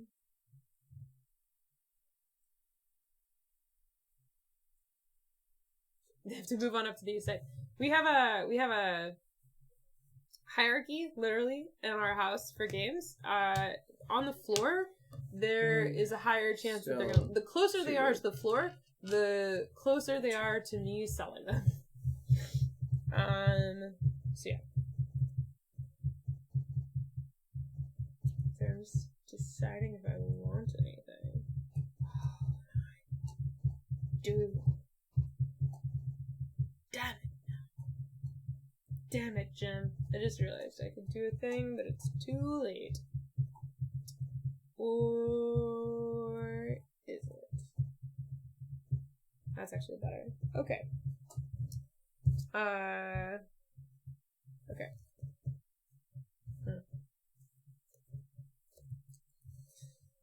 Alright. I'm gonna move 2 with this one. But I'm gonna go here. So I gain 2 wood. And then I get to activate one of these locations.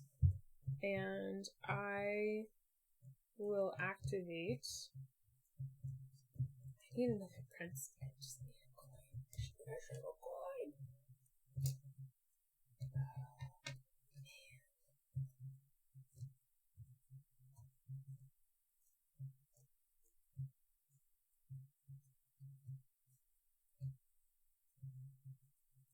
Okay.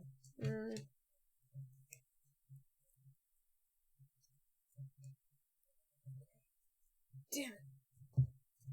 So many possibilities in my head. It's the worst.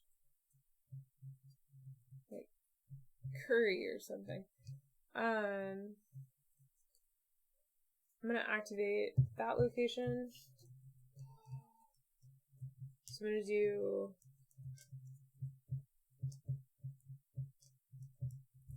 the 2 wood I just gained on this spot to gain another book and favorite token.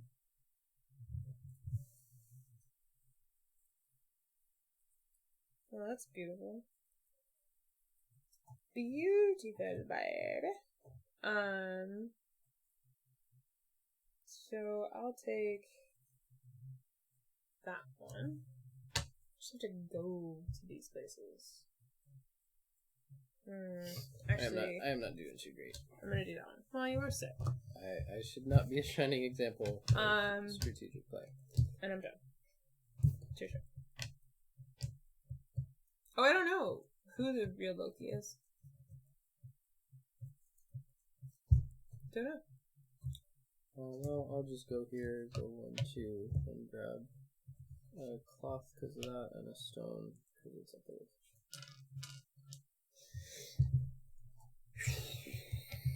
You done? Yes. Okay. I need my 3 spot. Go 1, 2, 3. I'm at the saw. I turn that card in to gain 3 citizen points. And then I can spend... That's what I was gonna do. Damn it, it's too late. Damn it, it's too late. Okay. I spend a stone to get 5 house points and 4 citizen points. And then I spin the wheel. And then I can spend 1 wood to get another 5 house points. And if I had bread, I could get more citizen points, but I don't have bread, so I don't. And that's my turn. And that's the round. And so now we enter the final round. So we draw... I need coins. So we draw our last 3 cards. Hey, look, it's a thing I didn't want. And we have a new thingy. This round, it costs 1 less to buy things. Or to get... Not buy things. It costs 1 less to gain advisor cards. And I am the start player. Cool. Okay. So,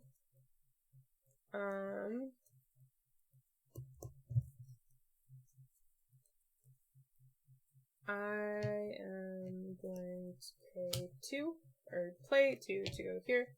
I'm getting 2 stone. And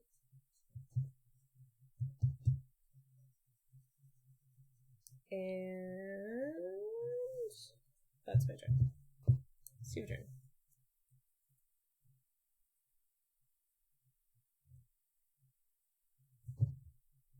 Oh, what is the thing this round? It costs 1 less to hire an advisor.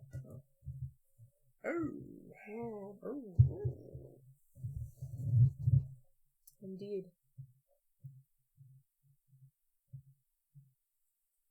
So our final score is only as good as whatever our lowest tracker is up there. So I'm currently winning, but only by 4 points. Even though Steve's got a super far citizen. So, yeah.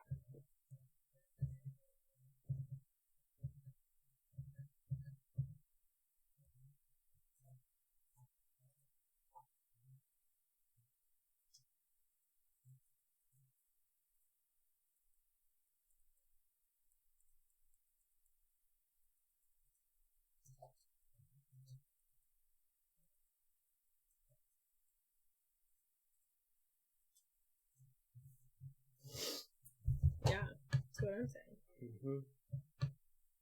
Oh. And it's only one less wood resource, so it doesn't count for the... Yeah, no, I know. I was looking at that before. Ichi is upside down under the table.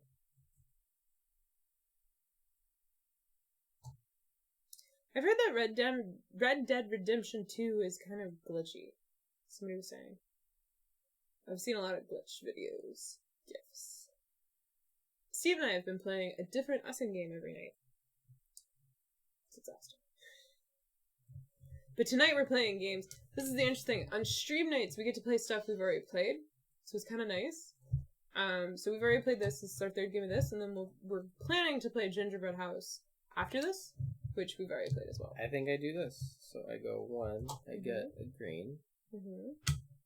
And then, because it's 1 cheaper to hire this round, I can hire this gentleman, Sir Antony, for a stone, a wood, a grain, and a cloth for 15 house points. Nice. Puts me at 50. Yep. Replace this with Sir Carl. And then I turn in a stone for 8 more house points. And 3 citizens. And 3 citizens. 1, 2, 3. Very nice. And then that was my stone, and then I turn in a wood to go 5 more house points. And like that, Steve is very nice. Very nice.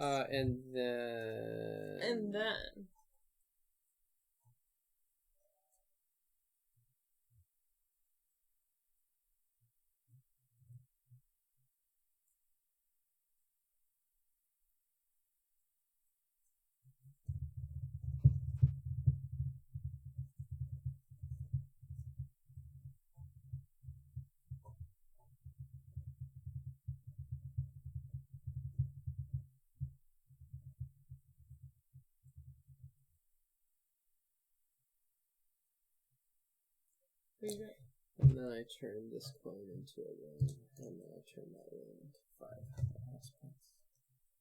60. Using the big one. Okay.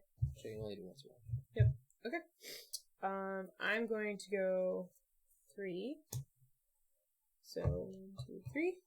I'm here. I'm going to turn in my 5 books to get 21 citizen points. Oh, hey, I just got a book. Just how convenient. So I get 21 citizen points. So I'm at 59.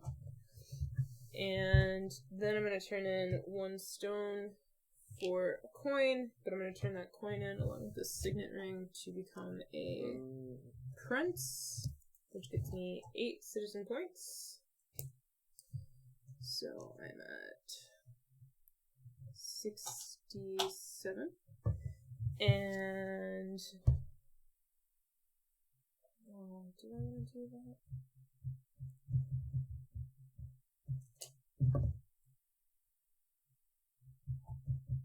I gotta get my house points up. I'm gonna have 1 turn to get my house points up.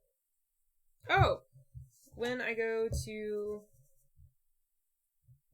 this location, I can discard this to get 5 more house points. So I'm at 55.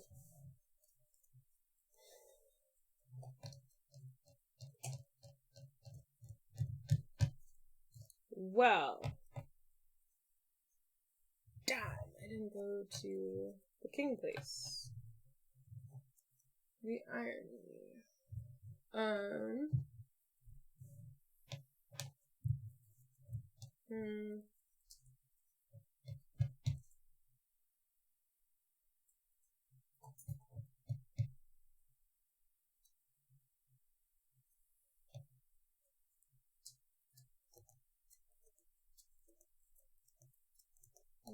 I think you're gonna win.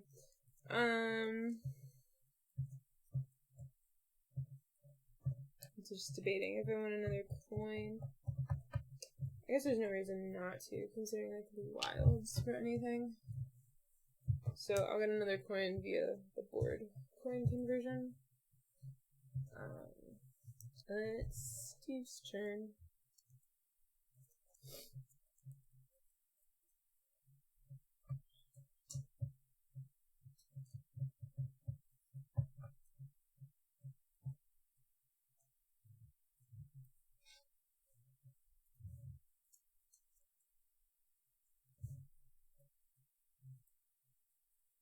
No, I haven't played Cat Quest. Don't really play PC games. What's it about? Or, like, what kind of game is it? Don't think too hard. You're already winning. Give me a chance, man. Your drugs are kicking in. I know. Your cold medicine's kicking in. Yep, that's working. That's working. Only 2 turns left. 2 actions left.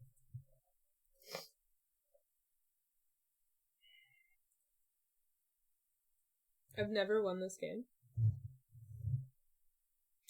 I still really like it. My 2 cards that are left in my hand are decent rule breakers. I'm just like,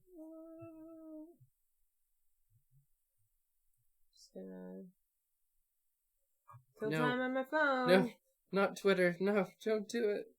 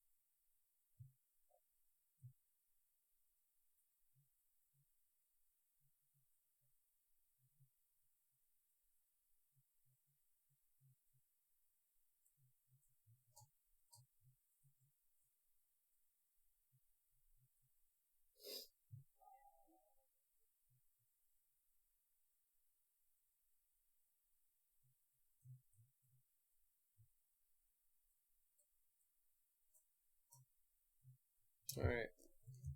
I'm gonna go 2, 1, 2. Get 2 wood. And then do an additional action to get 2 cloth. And then because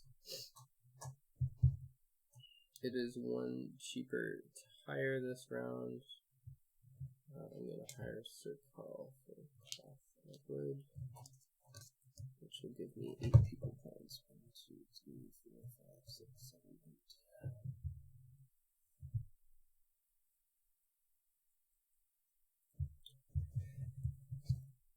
Your turn. Twitter is depressing. They really need to work on their slogan. Yeah, I get another signet ring. I don't want it. And I get to move 1. And I'm gonna go here, and I'm gonna get 2 wheat. And then I'm gonna use the 2 wheat and the stone that I already had, HE, to buy Sir Gustav, who gives me 12 bullet points. Very nice. Yep. So I am I am perfect. But I have a signet ring, and I have 2 signet rings and a coin that I just can't use. I needed another coin. Or your magical power. And that's it for me. Well, I have many choices. Oh, you do. Ugh. I'm gonna go 1, 2, 3. I'm gonna go here and turn in. Sorry, Grizzly, we were thinking hard. Or Steve was thinking hard and I was checking Twitter.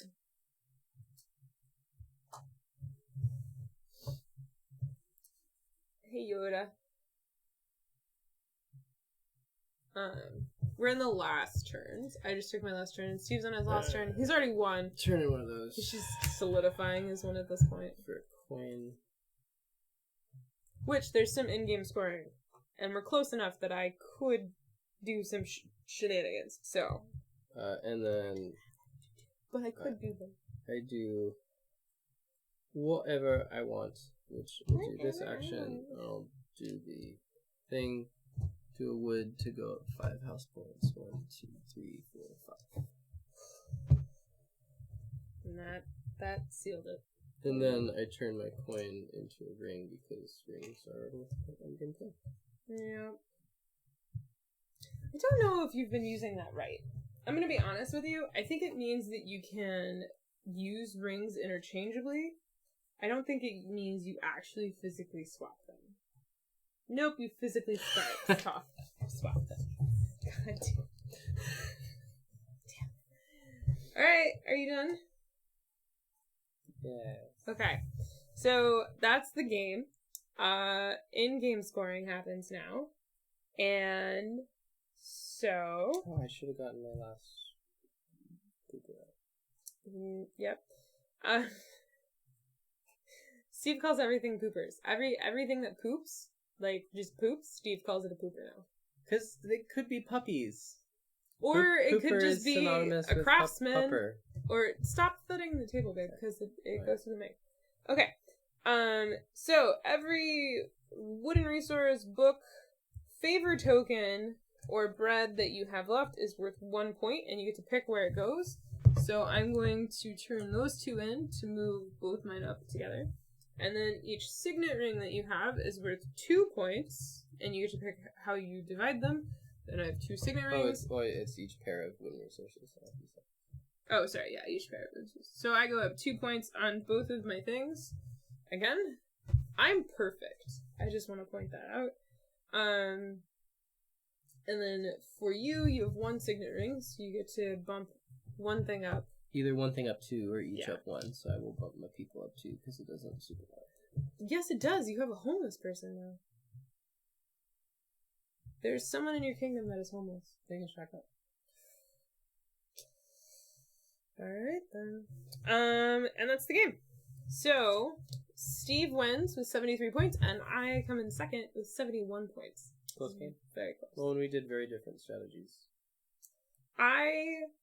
Or at least we went for different things. We did. I focused on the library this game. I haven't done that before. And it was good, but I realized I kind of was like second thoughting about the royalty track, which I've never done before, and I realized that it's not a great idea. I kind of stalled out. I was hoping to go all the way for the Duke, but I realized that I needed to start focusing on house points at the end of the game. Yeah. Yeah, that's a thing. And I noticed we both got a B-level person to hire that gave us a lot of building points. You got a 12, I got a 15. Yep. I was gonna get the 15, but you beat me to it. I did. It's fine. You were poised to get it. Mm-hmm. It was. So that's Crown of Emara. Sorry, I'm just logging my play. Hey, my best score so far has been 55. And yours has been 66. We're getting better.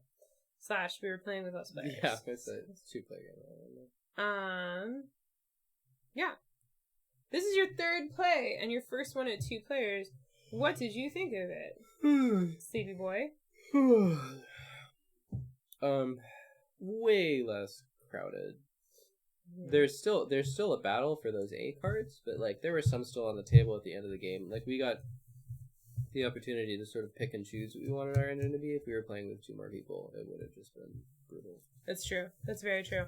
This also, we both very quickly got 2 or 3 people out, and that we were able to just have 1 of each and sort of be peaceful. With more players, that fills up real quick. Gets cutthroat. The rule change that apparently I was heck of a cheating before, which was that I got to do the bonus action right away when I placed the helper. Mm-hmm. That was helping me a lot in previous games, so I did not have the opportunity to do that. Yes, because that was cheating. In this game. That's yes. why you didn't have that opportunity. So, it just didn't really work out for me to be able to to do that. Are you sure it's cheating? I think it's just playing well. I didn't. I just didn't focus on turning these at all, so I also wasn't making it expensive for you, but then you also didn't do them a whole heck of a lot. I think I did more than you. You did way more than me. Yeah. I think I only did it once. I just mean I wasn't pushing the cost up for you, so you're I mostly was doing it for the books and the favor tokens and the citizen points and also the signet rings. Yeah. You didn't need to do the signet ring anymore because you got the turn a coin into one. Turn a coin thing. Yeah. That definitely helped. So but anyway, I felt like I had more than enough options, and I kind of went AP at certain points. Yeah. You did. You got really AP. I don't think you've gone this AP before. Well, normally we're playing with more players, and so if they're at least thinking through their turns a little bit, it gives you more time. Yeah. Oh, yeah. Than when it's just you and I. So that's a thing. I will say though, it definitely feels more like a race than a game with a lot of interaction, and I think that's fine. Yeah. But I think the most of the interaction that we had, like in this game, was racing for the cards. This wasn't as intense. Yeah, because it was less players. And higher player counts, this is like very cutthroat. And that's very interactive. The focus of the first part of the game. But I kind of liked it in the sense, I liked the level of interaction, which is basically just trying to gauge what you're doing and to just try to do sort of better than you. Like, I need to get my tracks over what your tracks are, and then also battle you for cards. But it wasn't like I thought that level of interaction was fun. I think both our games depended on getting the A cards getting A cards early that worked for us. Yeah, I actually had one A card that helped a little bit. Oh no, I had the first A card I got was like choice, the one that lets me just spend whatever I want to gain stuff. Because you had to spend whatever you want, and then you had the get books. Yeah. So the get books one definitely helped. And yes, we did both get con crud. I don't know if it was con crud because we didn't get sick until we were very home, and it's just kind of a normal cold. I think it's probably just like body stress. I think it's just body stress from traveling. We had if we got sick from anything, it was our flights home. Our flights home were awful. I didn't tweet about it at all because I was too busy running through airports. Like, it was just bad. I tweeted about our flight to Essen and all that shenanigans, which had a lot of, like, sitting and waiting and then running, and then sitting and waiting and running. So I tweeted that one a lot. But the flight home, it was mostly just running or waiting in a customs line. So yeah, I think if anything got us sick, it was that. Because leaving Essen, we were both feeling really good. Tired, but, like, really good. Don't forget that card in your player bag. So yeah, I still enjoy this a lot. I've yet to win. I still really like it. I like that every time I play, I am, like, trying a different strategy in my head, and every turn, I'm like, there's, like, 17 things I want to do. Like, what order do I want to do them in? Like, I have to do a 1 card, then a 2 card. Which card do I put at which point? And so they're like, it's more strategic. There's a recommendation of a variant if you want to do it for a more strategic game where you take all 9 cards into your hand, and so you have all 9 cards available to you at the start of like the first round, and so you just play from that. We would still be playing if we were yeah, playing with that our variant. AP would be so bad at that one. So I don't think we're gonna play that for a long time, but I have entertained thought of getting to that stage. So there's that. Yeah, I think the thing I like about this game is the sort of puzzle of how do I plan my turn with the 3 cards that I have and the 3 slots that I have, with like the resources that I have and the goals that I want, and I just like that. Yeah. I think probably because I'm not the most like amazing. Or I'm not like the most amazing strategic thinker, but like at least in 2-player, I didn't feel like it dragged really at the end. I felt like it was I mean, I felt it dragged because it was right on you. Well, yeah. That's a whole other. I was busy the whole time, but I felt it was just use the last couple rounds to get the points and the things I need. Yeah. I think the only criticisms that we have for the game we've already mentioned, and that is at higher player counts, the race for these buildings and the race to get the restricted cards is like too fast. And it would definitely, it sets one player above the others if one player can just manage to pull it out fast. So it's worth considering a house rule, or if it does come to the US via a US publisher, they will probably, hopefully, add some sort of rule tweak on that. We shall see. Yeah. But the developer is aware of the issue. John, from John Gets Games, has been talking with the lead developer, and he's open to those considerations, because when the developer has played with the game groups... It wasn't a glass of water. With the game groups that he's played with, they haven't... they haven't really, like... Just like Ichi's like upside down laying under the table and just tiles on her. But the game group that the developer was playing with, the race for cards and putting like craftsmen out just didn't really happen. They focus mostly on moving stuff and less about like building an engine or something like that. So when we played with the second time we played with some engine builder types. I wouldn't say this plays smoother with 3 to 4 players. I feel this plays faster. And if you talk to John actually did his October impressions vlog, where he talks about his impressions of games, and he talks about his impressions of this game in particular, because this was one game that he found at SN that he was very excited about, and then got disappointed about, and then got excited about, and then got disappointed about. It's like a roller coaster of emotions about this game for John. Whereas my opinion has been really steadfast. Because when we first played this game, we played it with a demoer, and he didn't do the card restrictions for a 4-player game. He was just like, it's the whole deck, like, go to town. And for us, the game was great. It was awesome. And so when we first played it with John, we played the way that the demoer had taught us, which was there's no restriction on cards, they're all in the game, just go to town. And Frank ended up getting like a ton of cards and made this amazing engine, and no one could stop him. And we were like, oh, that's really overpowered. If somebody does that, maybe you should be a card restriction. And John read the rules and was like, oh, there is a card restriction. So then they played with the card restriction, and the card restriction for 4 players was the same as the card restriction for 2 players, which is just not good enough. Like, it's too restrictive at that high of a player count. It just doesn't scale. It doesn't scale. And there's a really easy fix for that, because there are enough cards that you could still have variability in games and increase the quantity of cards available at higher player counts. So it's not a big problem. It's not a deterrent for us at all. The next time we play at a higher player count, we will probably add a couple more cards in to try and like add to that thing. But we still both enjoy it. This is, for like Euro game, this is my favorite Euro game that we played coming out of SN. I guess I really enjoyed Liftoff as well. I think one of the things I liked about this game pick up was tiles now. The basic rules were just easy enough to get, just the actions that you can take and the spots that are on the board.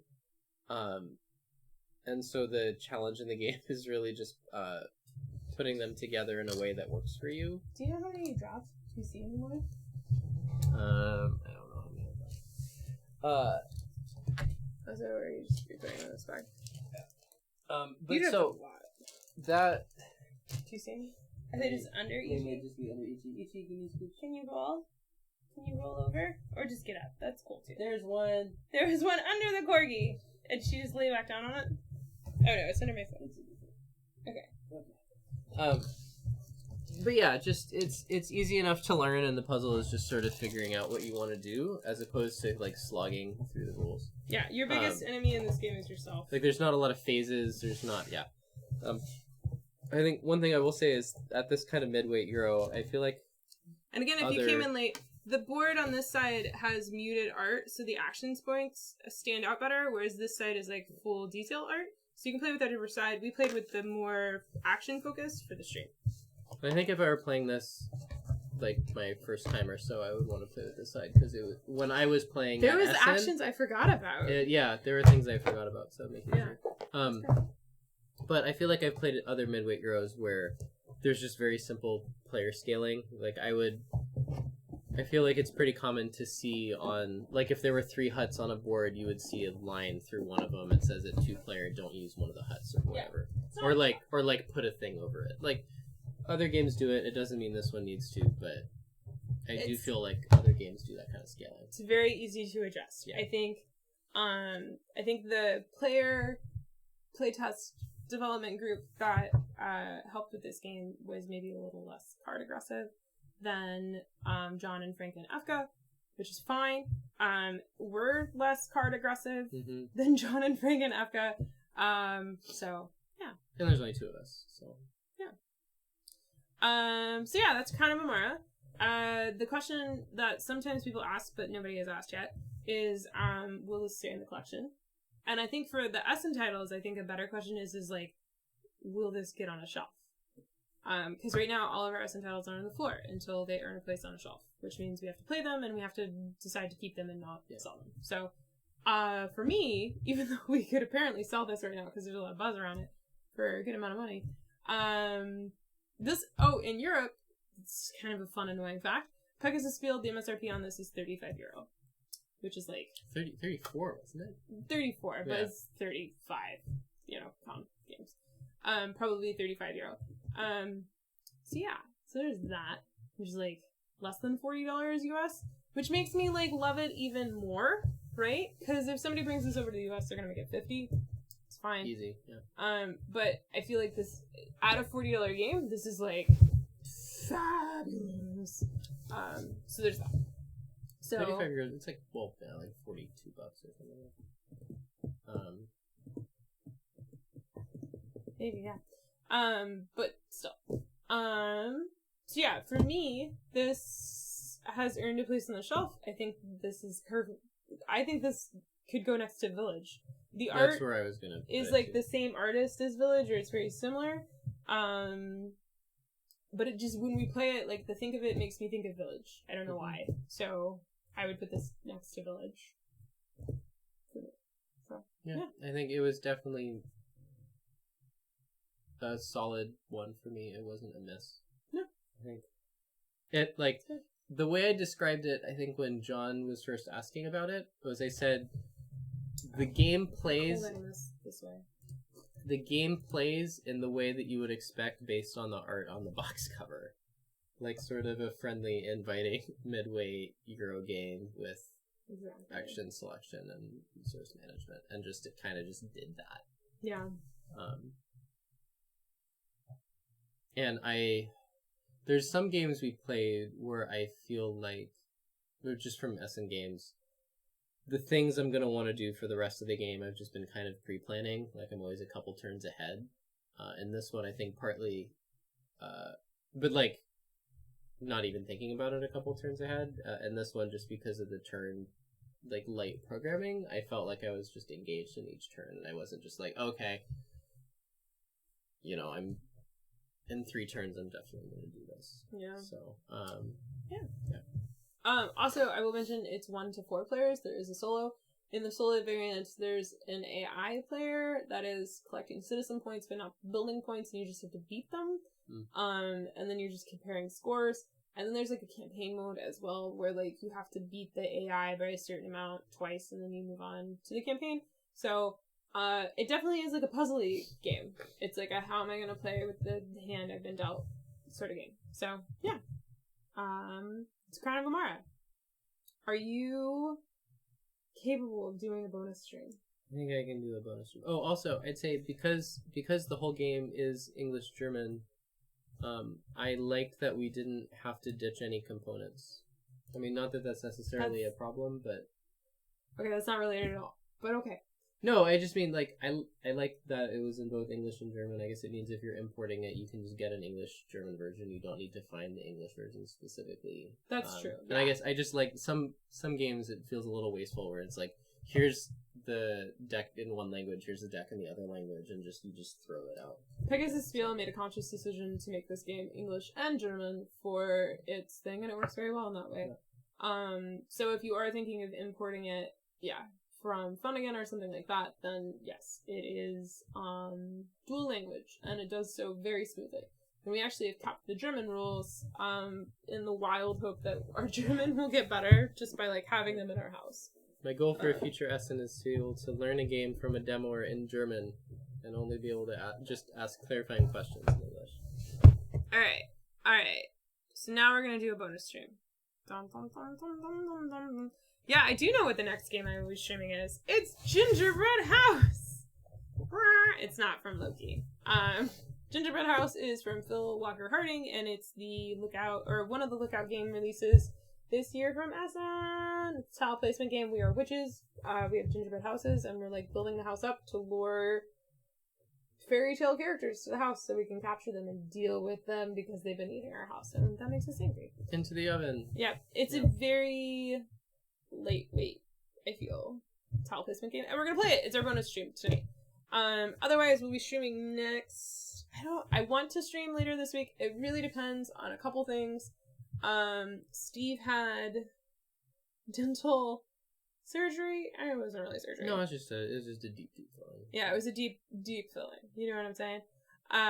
Today, and he also has had a cold, so his work week has been very, fluctuating. So, I don't know if we'll stream later this week. The Patreon supporters will know first if we do. And if we do stream later this week, it will probably be some more midweight titles, something that plays well 2 players, something like that. We also still have a small stack from Gen Con still. Gen Con releases. So that's there. Otherwise, Tuesday we will definitely be streaming, and right now the plan is to play Blackout Hong Kong, but we're actually gonna let the Patreon supporters have a vote on that. So if they really, really, really want us to play something else, we'll play that. But otherwise, we'll play Blackout Hong Kong. That's the plan. Next, after, yeah. So that's the next definite one. But we're gonna do a bonus stream. So if you're watching this video in the future and you'd like to see our bonus stream of Gingerbread House, you can find the video somewhere on the channel and click over to that. If you're watching live in the future, or live in the present, you can actually just hang out in the chats. Sometimes it refreshes slow. There will be a tweet on Twitter about when we go live. But if you just hang out in the chat when we go live again, it should come up as, yeah. So yeah, but otherwise, if you're tuning out or if you're just done watching this video, thank you for watching. Thank you for making it this far. I hope our video was helpful. There was a lot of information. We're kind of rusty at streaming. But yeah, that was Crown of Emara and Loki, and we'll see you all in the future. That was fun. That's really like you all. Alright. Until next time, which is gonna be in like 5 minutes. Okay. Bye.